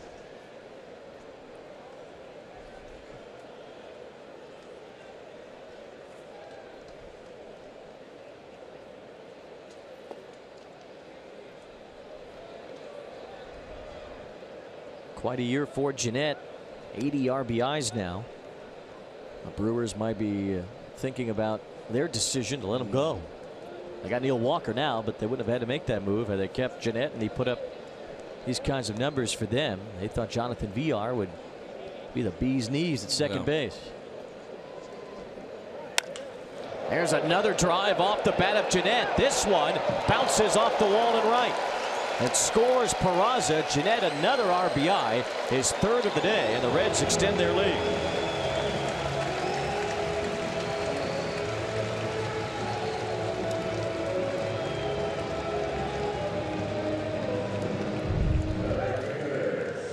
I think that was a changeup from DeGrom. Contact right out in front, and then turns that left hand over. Classic, beautiful swing there from Jeanette, and luckily that ball stayed in the ballpark. Scott Schebler gets an intentional walk, so the Mets will deal with Kivlehan. Two ropes off the bat of Jeanette, one that snuck over the fence in right center, and this one that banged right off it.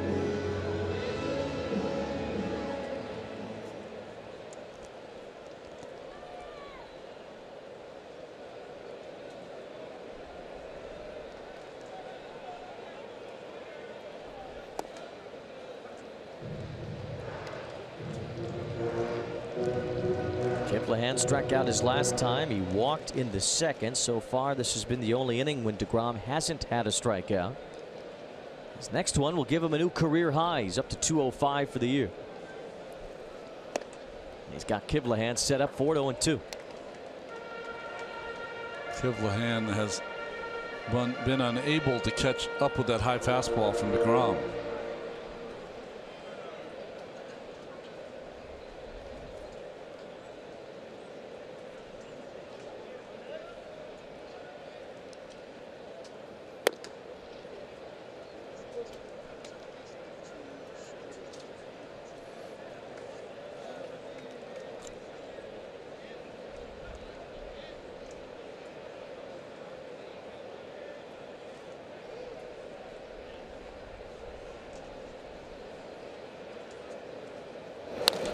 Kivlehan, it's a high drive. Nimmo trying to track it down. He'll get there. Lagares will too. And it's Lagares who makes the catch to end the inning. Scooter Jeanette has had DeGrom's number today. 3 RBIs for Jeanette. And Cincinnati now with a 4-2 lead after 5.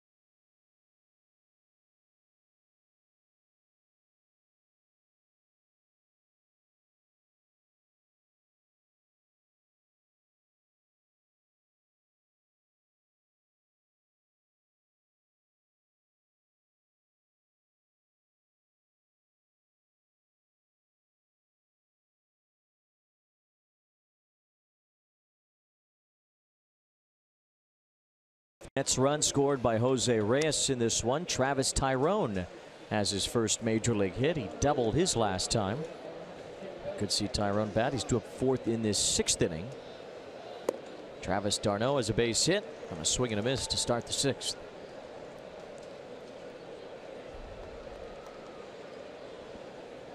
d'Arnaud with only one home run since July 1st.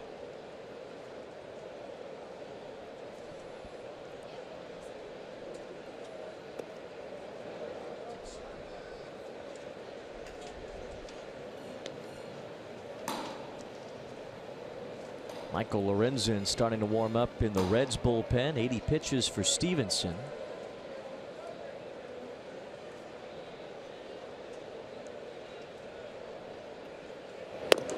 Some high cheese from Stevenson there as d'Arnaud had to slip out of the way.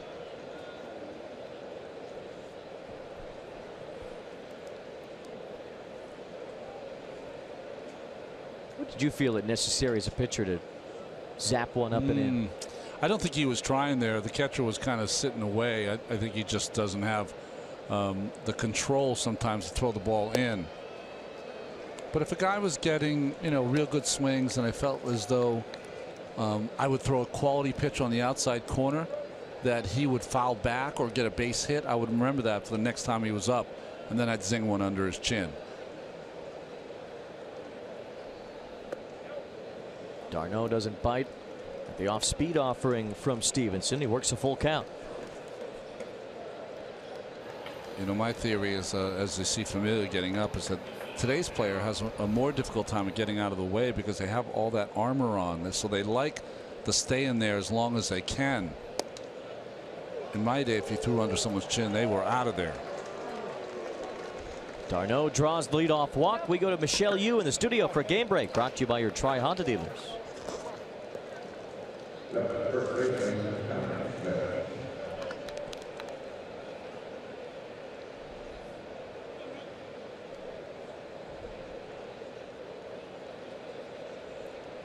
All right, Michelle, thank you very much. Dominic Smith bats with the leadoff man on in this sixth inning.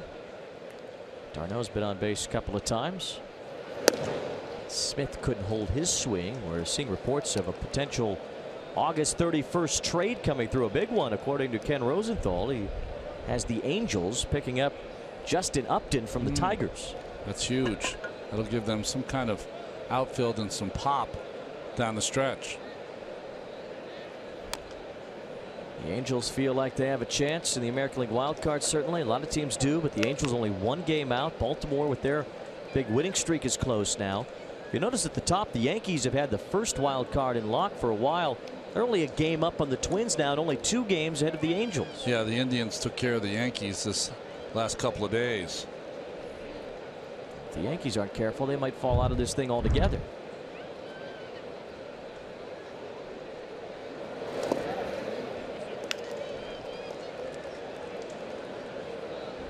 As far as divisional races go, the AL East, kinda. The Red Sox up at 5.5. Cubs 3.5 in the NL Central over the Brewers. Cubs have been playing well, though, lately. Wild card races might be it.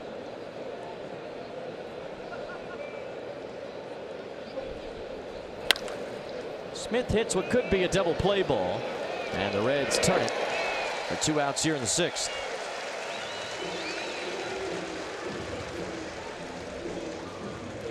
Is that a 5-6-3, or how do we score that? It was Suarez who started the double play. Peraza, the shortstop, took the throw from the third baseman. So one of those quirky 5-6-3 double plays in the era of the shift. For all the Tigers, Verlander's had a good year, but Justin Upton has had a fantastic year. 28 home runs, 94 RBI. Well, he's got that big contract. He has roughly 4 years, $88 million left on his deal, but he also has an opt-out after this season in a fairly weak free agent class. You wonder if he won't try to test the market again.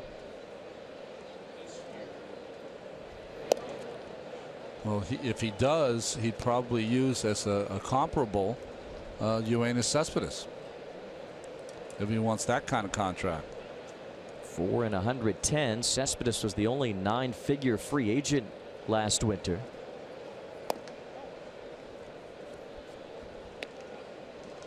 If he gets it, it'll be an extra $20 million. There you go.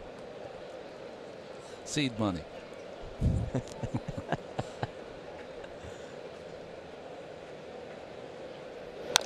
Lagares puts the ball in play for the first time, but Jose Peraza, the low throw, able to retire Lagares.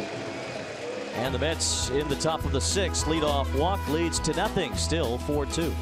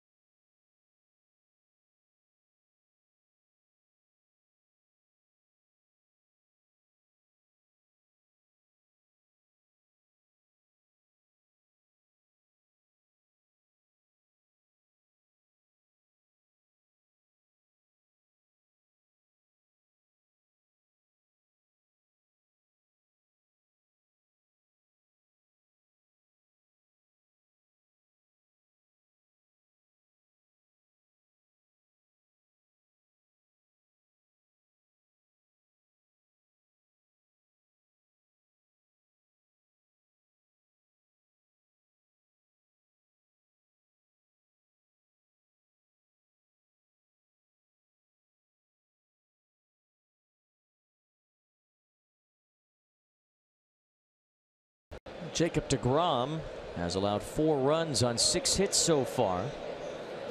Stuart Turner, a new dad. He missed last weekend series on paternity leave. Now Tucker Barnhart heads to paternity leave. Chad Wallach is the backup catcher for the Reds today. That is the son of Tim Wallach, former big league third baseman, now a major league coach. Bench coach for Don Mattingly for the Miami Marlins.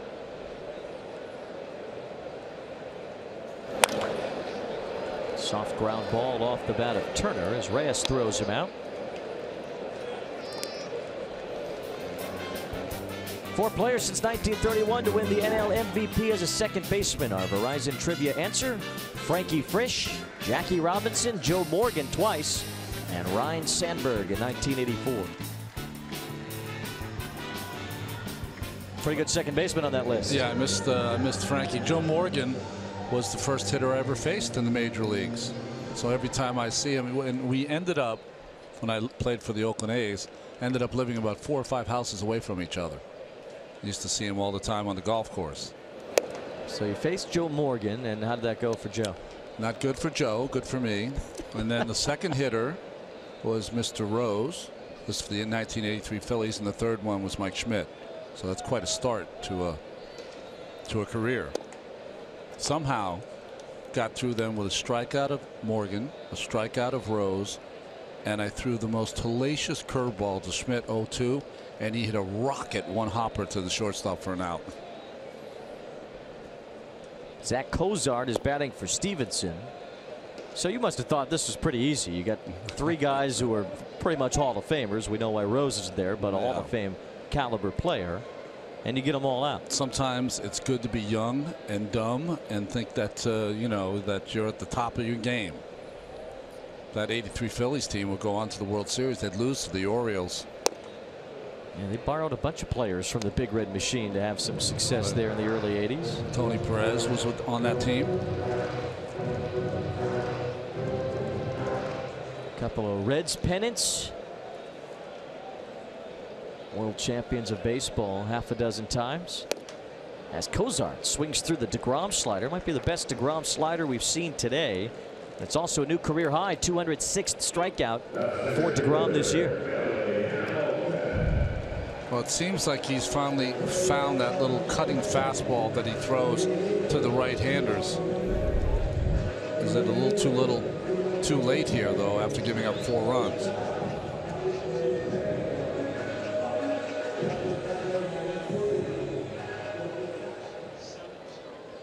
A pretty good day for Robert Stevenson, who's out after 6 innings. As Hamilton bunts. Right in front of home plate, though. D'Arnaud with the easy toss. And Jacob deGrom with his first 1-2-3 inning since the first. Mets will go to work in the 7th. There's Joe Morgan.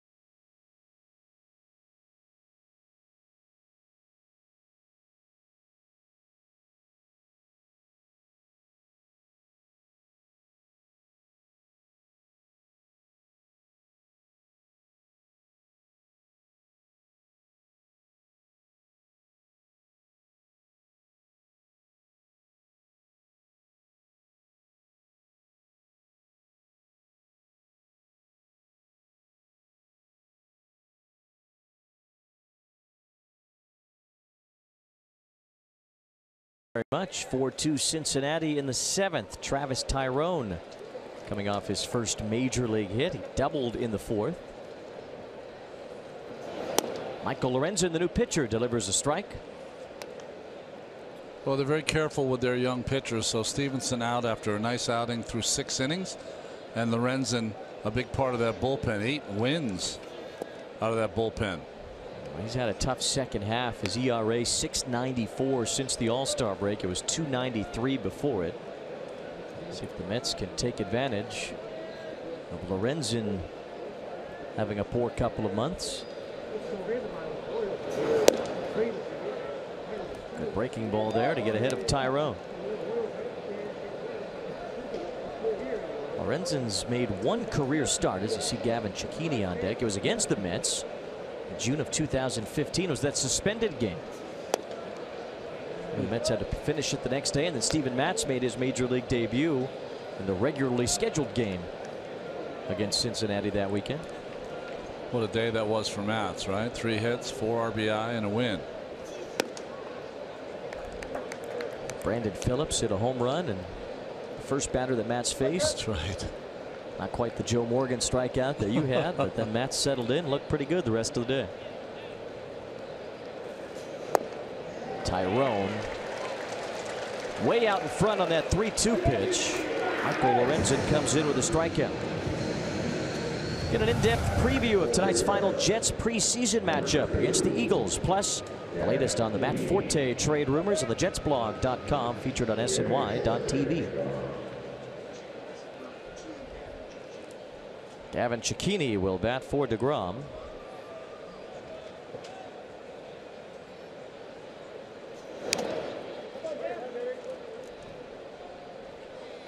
Six innings done for DeGrom, 6 hits, 3 earned runs, so we'll go down as a quality start if you're keeping track of that. The 5 strikeouts, all he needed for a new career high today, up to 206 on the season. Little blooper, and Cecchini gets it to fall in just out of the reach of Jose Peraza. Good effort by Peraza into the outfield, but just could not haul in the catch. Lorenzen with the breaking ball off the end of the bat from Cecchini. I thought Peraza was going to have a chance to make that. He was tracking, but just over his outstretched glove. So Cecchini gets the pinch hit. First time he's been able to get a pinch hit in 4 tries this year. And now Jose Reyes, who has scored both Mets runs in this game. Back to the top of the order with Cecchini aboard. That's Votto to second for 1. That's all they'll get. Reyes aboard, 2 down now in the inning. We've seen that from Votto twice. He loves throwing the ball around the infield, and this is a nice play to get Cecchini at second base. Comes and gets it. Quick release. Right on time. You know, if you're Cecchini, you try to run as close as you can to that cutout where the dirt meets the grass. Make it a little tougher for the throw from Votto. Ahmed Rosario bats with Reyes aboard and 2 outs. Our trivia answer last inning: the missed a second base National League MVP Jeff Kent in 2000. How can that happen? Too busy waxing on about Joe Morgan winning it twice. Forgot about Jeff Kent. Greg in the truck sets the blame interns. That's not nice. Well, no, do that. That's exactly what you do. Oh, okay, great. Oh, yeah. All right, great. Hey, I'm in. The buck doesn't stop here in this booth. It never does. Never reaches here. 2 bouncer for Scooter Gennett. Rosario hustling down, but he's out. And the side retired. Mets got the pinch hit from Cecchini, but that was all. Stretch time in Cincinnati.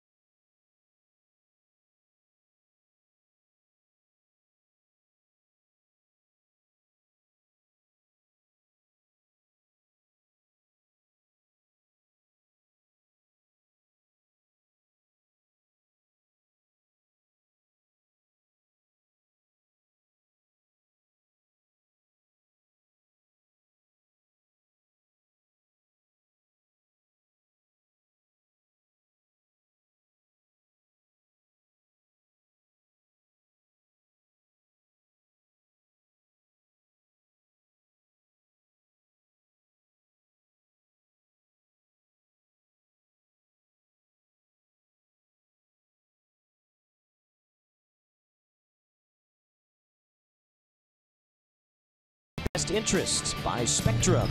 Hey Mets fans, join America's fastest growing TV, internet, and voice provider. Get the Spectrum Triple Play today. And by Bud Light, famous among friends.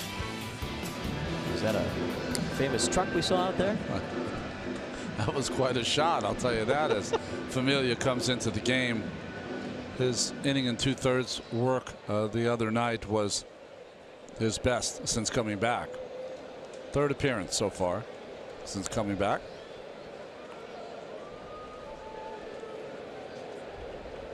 Jose Peraza starts the 7th against Familia. Took something off there to get the swing and miss from Peraza. It's about as slow pitches as I've ever seen Familia throw, I think.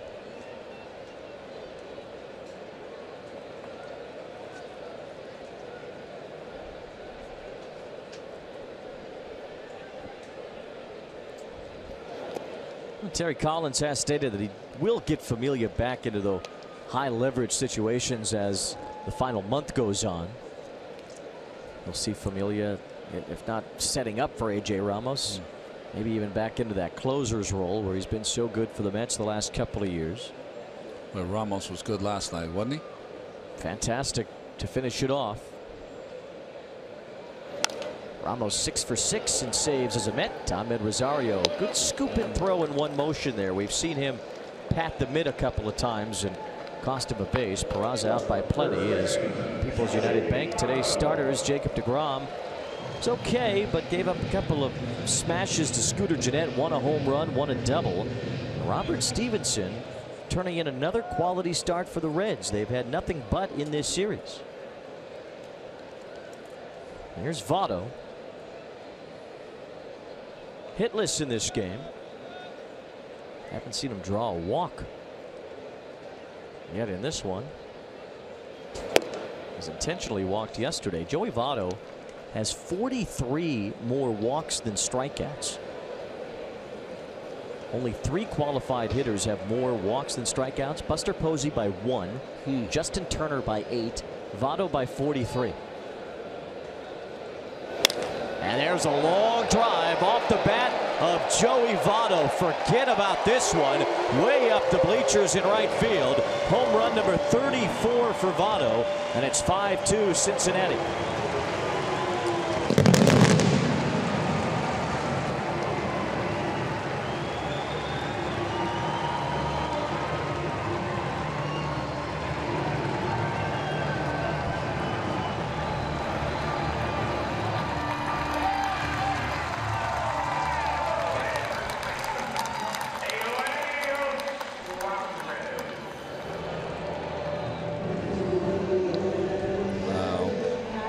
You know, Joey Votto, as soon as he hit that home run, there's a young man there that we're showing was in the front row, and Votto just looked right at him, ran around the bases, and then gave him a high five after that home run.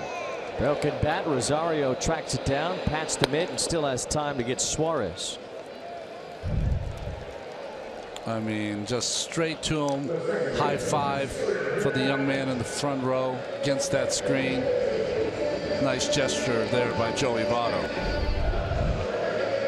Now that kid's gonna get an incredible souvenir. Wow, the home run bat. One of the game's great players.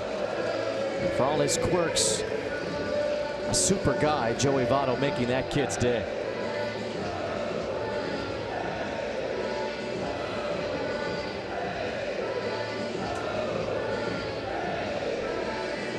Jerry's Familia will come out of the game after facing 3 hitters, giving up a home run to Votto. As the Mets dip back into their bullpen, now trailing by 3. This call to the bullpen brought to you by Verizon as Jerry Blevins enters for the Mets. Joey Votto making a new friend here in Cincinnati.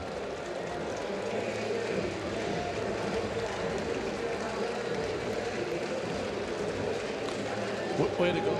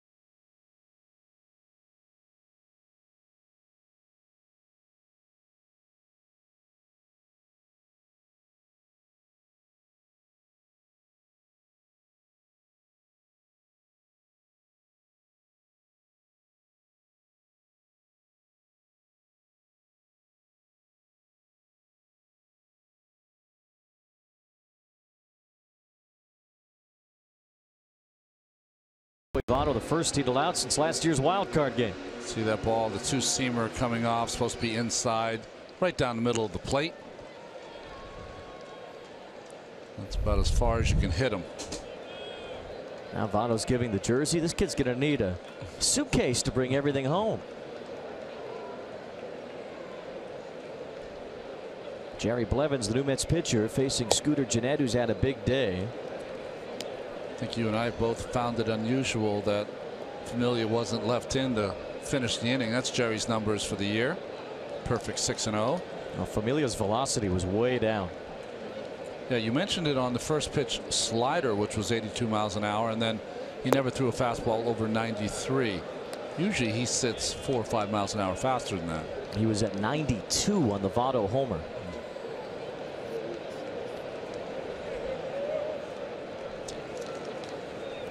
So hopefully for Familia, just a bump in the road and not something more serious causing that velocity dip.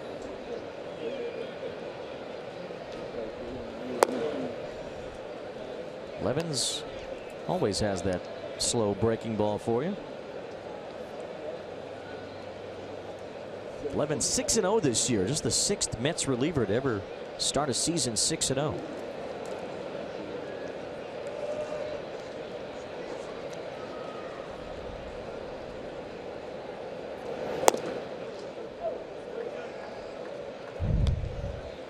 Here's a side swing from Votto. What he's done is just gotten himself to a point where he has such a short, powerful stroke, only swings at strikes, and this is the result. Halfway up the bleachers. Gennett cues it right in front of home plate. That ball went about 1.5 feet, and Travis d'Arnaud retires Gennett to win the inning. But Joey Votto cranks his 34th home run. And Joey Votto making that kid's day. First the high five. He wasn't done yet. How about a baseball bat to take home, courtesy of Joey Votto?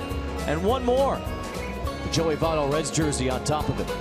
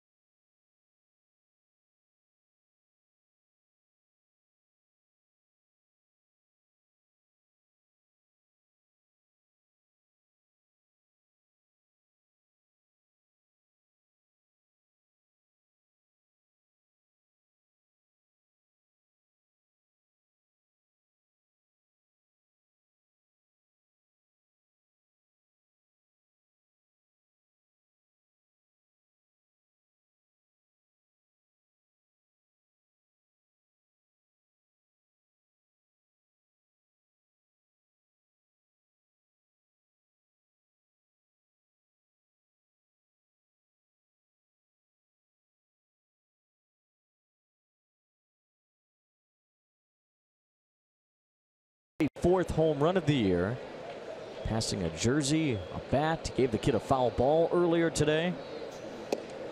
As Asdrubal Cabrera looks at strike one to start the 8th against Michael Lorenzen. This Reds bullpen, they don't mind multiple innings out of their relievers. They do it a lot.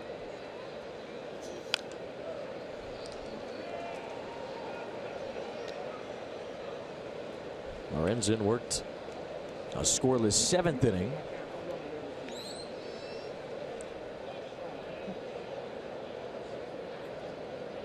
Lorenzen was a first-round pick out of Cal State Fullerton in 2013. Got to the big leagues pretty quickly as a starter. He may become a starter again. Brian Price hasn't ruled it out, but feels like Lorenzen is filling a big need in the back end of their bullpen, a much improved bullpen from a year ago. Yeah, he's a great athlete. He went to Cal State Fullerton. He was an outfielder as well as a pitcher. He's hit a couple of home runs as a big leaguer. One of them is immortalized in bronze. Hit a home run after the death of his father, his first game back. His wife's uncle carved a statue out of his swing follow-through. Made it out of clay, cast it in bronze, and gifted it to Michael Lorenzen.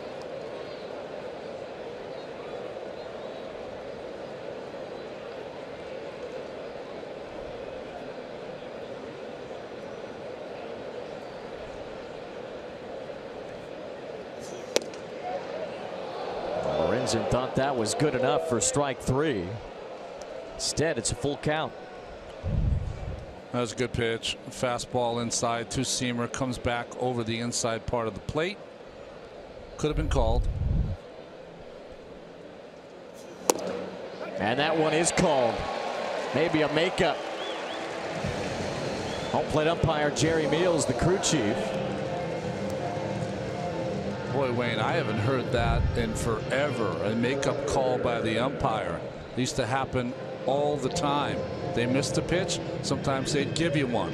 I think Cabrera saw that for Lowe because it certainly caught a lot of the plate. So Cabrera, the first out, he's fanned twice. There's a look at Jerry Meals. He's only 5'8". He's actually one of the shortest umpires in the major leagues. Brandon Nimmo takes ball 1. I don't know if that has an impact on those pitches that are down in the zone, not being able to see over the catcher quite as well. Well, I've always had the theory, and I've never thought about it with short umpires, but that with tall umpires, sometimes it's hard to get the low pitch.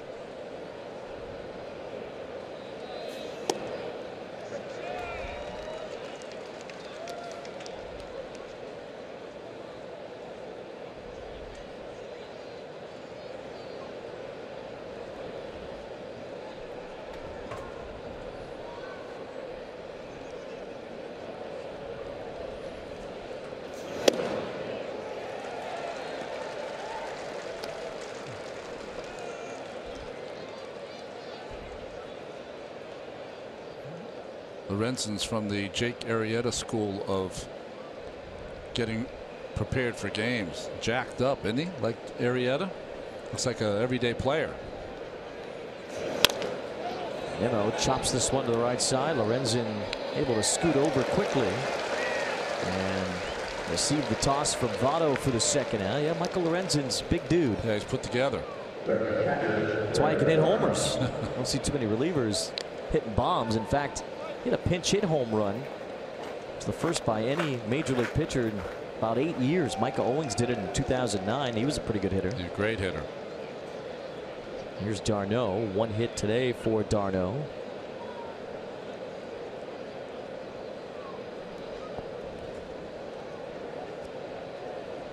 Mets have trailed since Billy Hamilton scored an unearned run in the 3rd inning. And we talked about the young man that Joey Votto was very generous toward after his home run last inning. That's Walter Herbert. 6 years old. He's part of the Make-A-Wish program.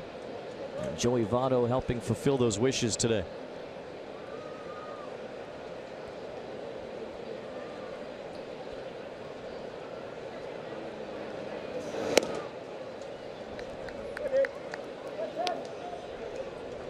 For Walter, certainly has to be an incredible experience.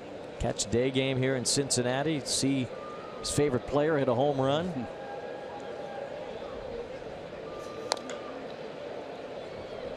It's funny to see Votto looking back toward him after he hit that ball off of Familia in the 7th. Well, I think invariably what happens since the beginning of time is that when young people meet their favorite players, they'll invariably ask them to hit a home run for him that day.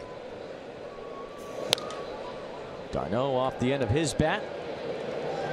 Jeanette makes the call and the catch to end the 8th. Michael Lorenzen, a couple of scoreless frames out of the Reds bullpen.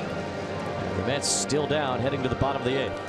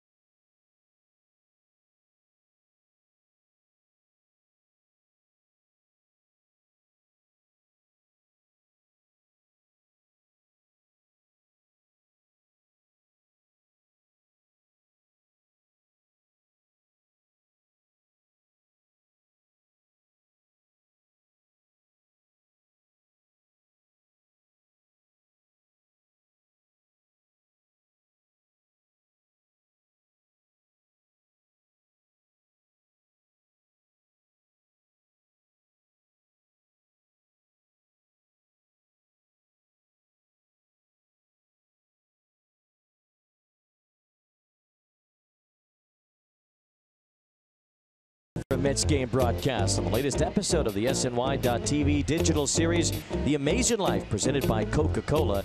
Check it out now on SNY.TV/Coca-Cola. You guys do have some bizarre preparations. Yeah, we do.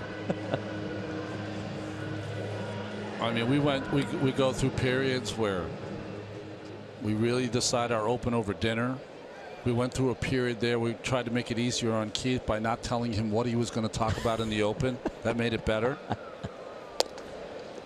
Jerry Blevins pumps in a strike to Scott Schebler to start the bottom of the 8th. Our thought about the open is that during the open, people are putting their kids to bed or using the restroom or grabbing a cold one. Yeah. So let's get through the open. Minimal problems, and then do the game. It's a good time to make your final preparations before the first pitch. That's right.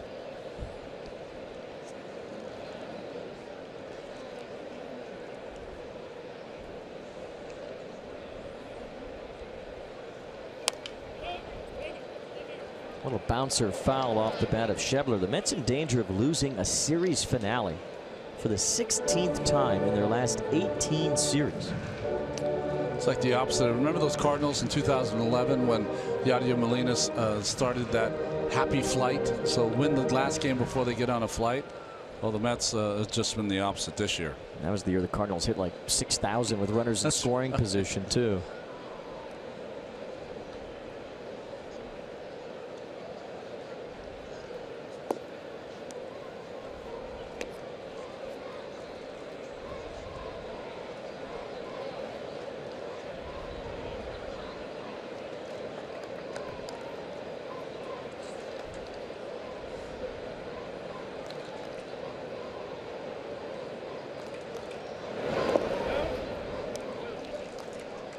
Jerry Blevins, third Mets pitcher today. Jacob deGrom, 6 innings, allowed 3 earned runs, 4 total. Familia, who had a dip in velocity today, faced 3 hitters, gave up a home run to Joey Votto, retired the other 2.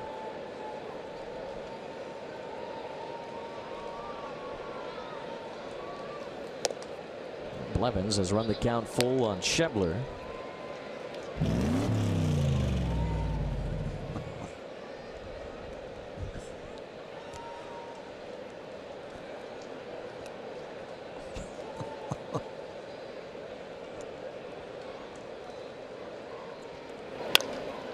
That's in the right field. A base hit for Schebler.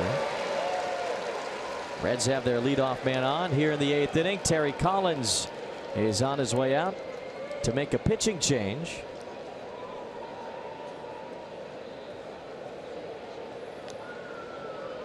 So Jerry Blevins facing 2 hitters. Got Jeanette out to end the 7th. And Schebler leads off the 8th inning with a single. The Mets go back to the pen.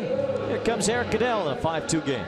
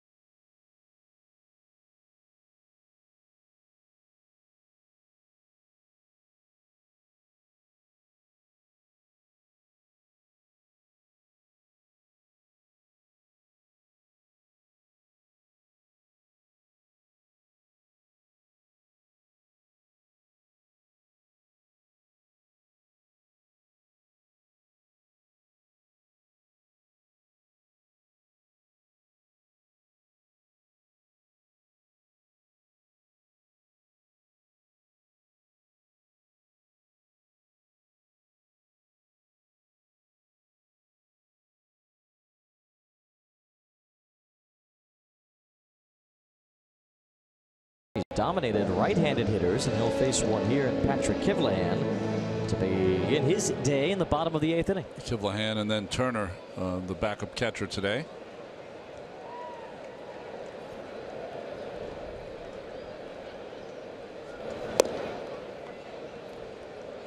Good curveball from Goodell.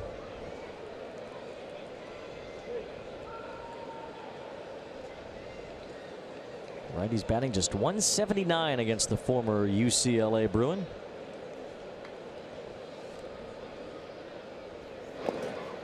That one gets away from Darno. He doesn't know where it is. Now he does, and Schebler's at second.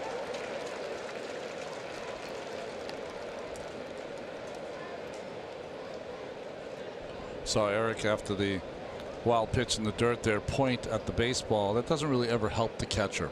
When you're at the mound, it's right there. The catcher's like, right where? You know, a little more info. They should be more descriptive. Yes. Back up 2 steps to your left, something like that. Hit hard, but Cabrera sucks it up, looks the runner back to second. There's 1 out. On Saturday, the Mets will start their next series. No game tomorrow. The day-night doubleheader Saturday. Coverage begins at 1:30. The Mets will have Matt Harvey pitch game 1 of that doubleheader against the first-place Houston Astros. For more on them, here's Steve Gills. Well, we know it's going to be a tough weekend for the Astros and the Mets, but one that is necessary. And certainly Jose Altuve, one of the team leaders, said that he's looking forward to getting back and saying that he would run through a wall for the people of Houston. He's that amped to play in front of them. It's tough to imagine, though, Altuve playing any better than he is right now. Leads the American League in so many major categories. Stuart Turner gets into one, and that's gone. A home run for Stuart Turner, just the 2nd of his major league career. Hit one off of Travis Wood a few weeks ago. Now he takes Eric Goodell deep to give the Reds a 7-2 lead.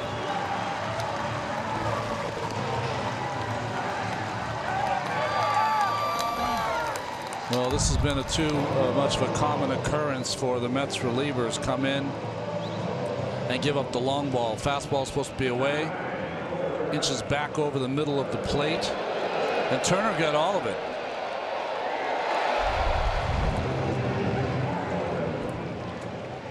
That was a no-doubter off the bat of Turner. He crushed that one.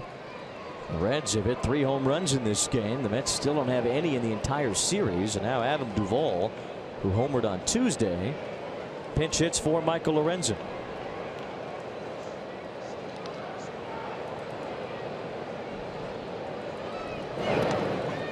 Steve has this uncanny ability to create action during the middle of his hits. Let's go to Steve again. It's really incredible. I would guess about 65% of the time. But continuing with Jose Altuve, leads the AL in so many major categories. Notably, though, batting average, hits, and stolen bases. His batting average right now up to .355.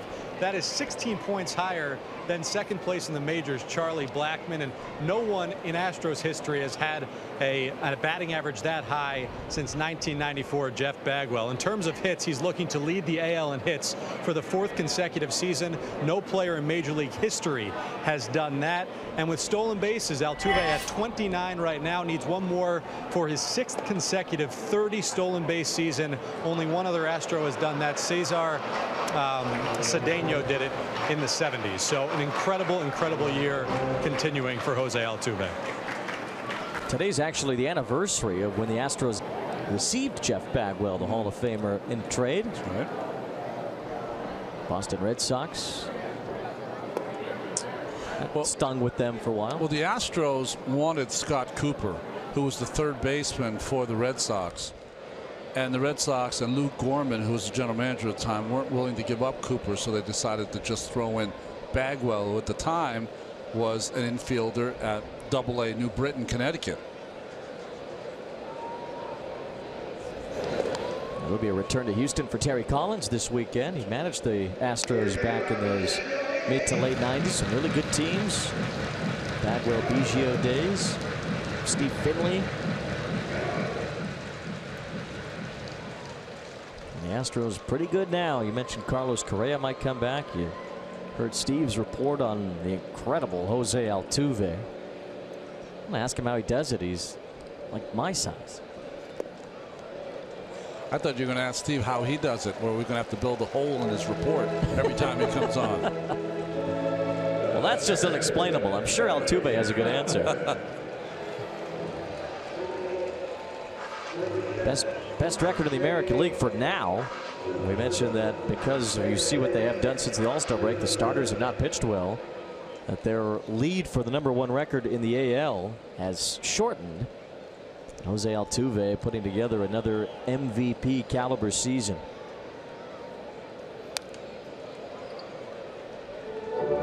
They've been on the road for the last couple of weeks now. They're supposed to be home against the Texas Rangers this week, but displaced because of the hurricane. So they've been in Tampa.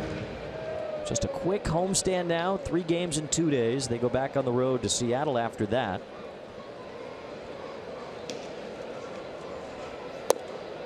You have to wonder if the Astros, they got so far ahead, nobody in the AL West could really compete. When the calendar flips to October, they have to start playing intense baseball, something they really haven't had to do for months now.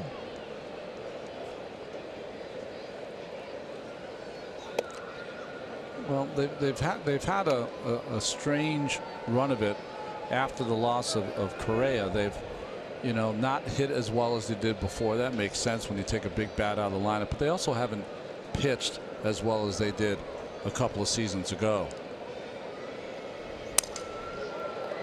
Dominic Smith bobbles, but he's right on top of the bag as he regains.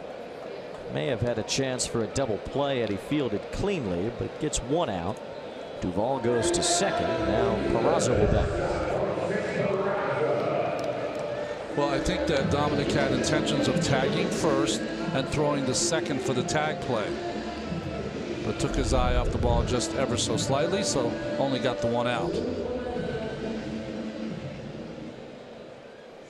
Peraza has a single and a run scored. Came home on Jeanette's double in the 5th. Jeanette 3 RBIs today. Stuart Turner with a home run in this 8th inning to put the Reds up by a handful. Joey Votto's homer today.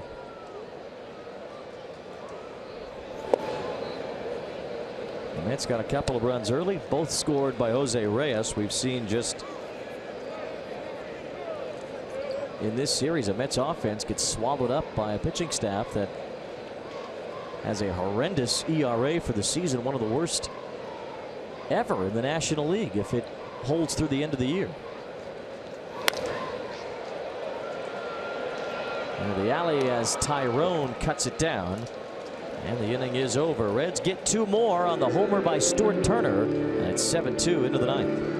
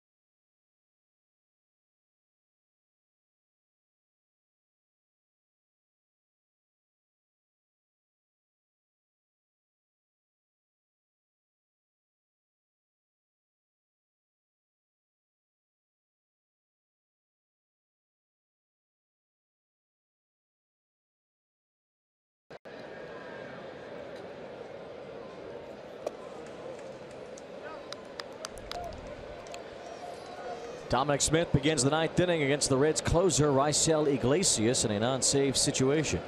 24 saves for the right-hander. You know, he's given up 15 earned runs this year, but 2 have come on 2 swings of the bat. A grand slam by Corey Seager and a 3-run home run by Marcell Ozuna. Other than those 2 swings, his ERA is just above 1. He's had a good year. High pop-up. Scott Schebler has out number 1. Geico Sports Night tonight at 10:30 as the Giants and Jets finish up preseason play. The U.S. Open continues. And highlights from UConn football on SNY. You mentioned that grand slam Iglesias gave up to Seager. That accounts for his only blown save of the year. Lagares hits that one hard. First hit of the series for Juan Lagares.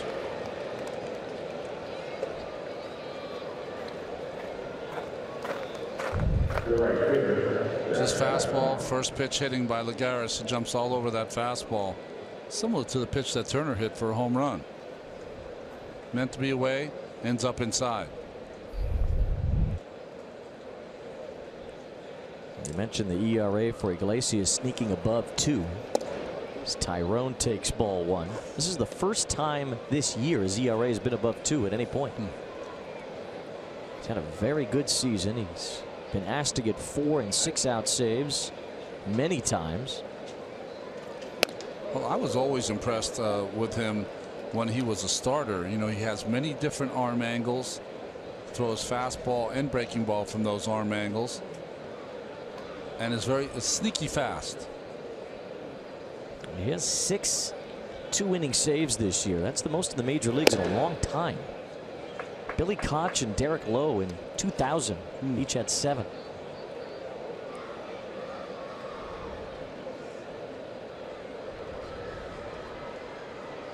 Billy Koch with that funny little beard. That's right. Remember him. Tyrone draws a walk.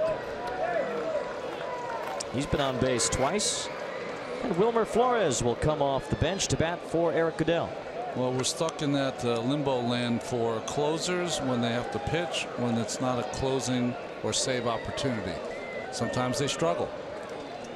We've seen that happen to A.J. Ramos a couple of times already. Ramos is 6 for 6 in save chances as a Met, but he's had some issues, concentration problems in these types of spots, and Iglesias has allowed 2 Mets to reach, needing 2 more outs. Well, you either are or become an adrenaline junkie once you become a closer. I think that's what it's all about.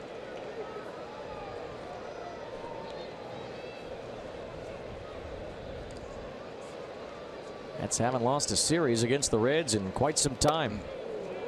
Of course, they haven't even lost a game against them until just recently, until 2 days ago.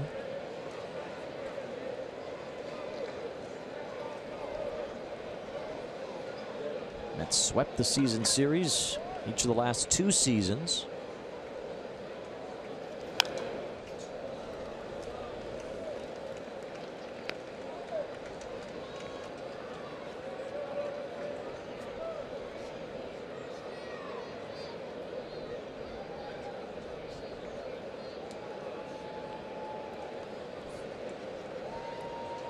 Flores, the active team leader in home runs.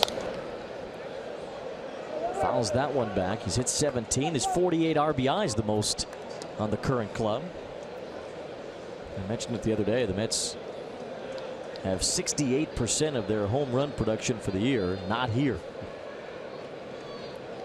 They're in LA, they're in Milwaukee, Cleveland. And all doing well in their new homes. Runner goes from second. That's Lagares trying to steal third. As this ball's hit toward Hamilton, he couldn't see it for a moment. Now he does make the catch. Lagares has to scramble back, 2 down.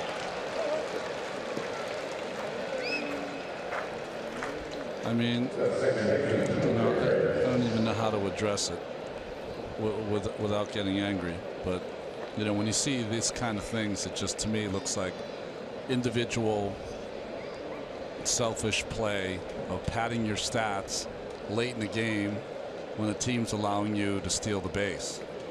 That's what it feels like to me. Could be wrong. Jose Reyes tried to steal third base with 2 outs yesterday and got caught by Tucker Barnhart.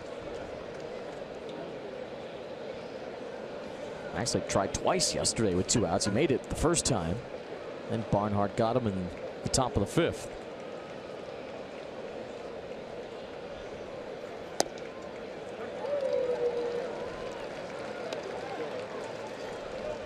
Jose Reyes scored in the first inning each of the 3 games in this series, and from there it turned out to be 14-4 Reds on Tuesday, 2-0 Mets last night, and 7-2 Cincinnati in the 9th inning today. Now the Reds 1 strike away from earning a series victory against the Mets for the first time in 4 years. Mets were on a rampage against Cincinnati. 14 consecutive wins entering this series. They've won 20 of 23 entering today.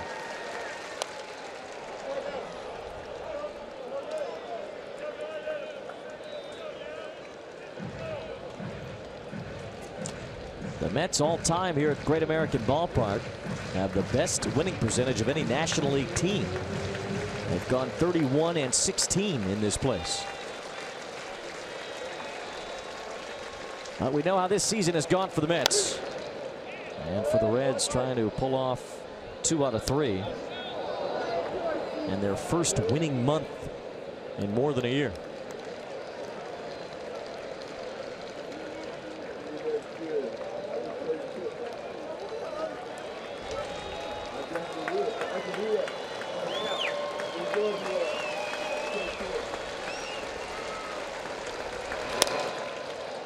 Billy Hamilton waits, and the Cincinnati Reds take 2 out of 3 from the Mets, closing out this one in a 7-2 victory. Reds in 3 homers. Scooter Gennett had 3 RBIs today, and Jacob deGrom on the short end of it, as the Mets get dropped in a series finale for the 16th time in their last 18 series. Fireworks provided all by the Reds today. Jose Reyes with a couple runs scored. Cabrera knocked in a run. Nimmo knocked in a run. And Jacob deGrom was not at his best today. Quality start, but needed more because the Mets offense is dried up. Mr. Red on the run. He looks happy. And the Mets drop a 7-2 ball game. Our Jeep game summary. You see the numbers for deGrom. 3 earned runs in 6 innings, 4 total. Scooter Gennett took him deep, then doubled off the wall in right center field for another RBI. The Reds never looked back from there as they defeat the Mets here this afternoon, 7-2. New York Mets baseball on SNY brought to you by Tito's Handmade Vodka, America's original craft vodka. Visit us at Tito'sVodka.com. My Bob's Discount Furniture. Shop in store or online at mybobs.com. And by Hyundai, there's no better time to buy a new Hyundai than now. See your local Hyundai dealer or visit buyhyundai.com. Back with more from Cincinnati as the Mets lose the finale here against the Reds, 7-2 the final.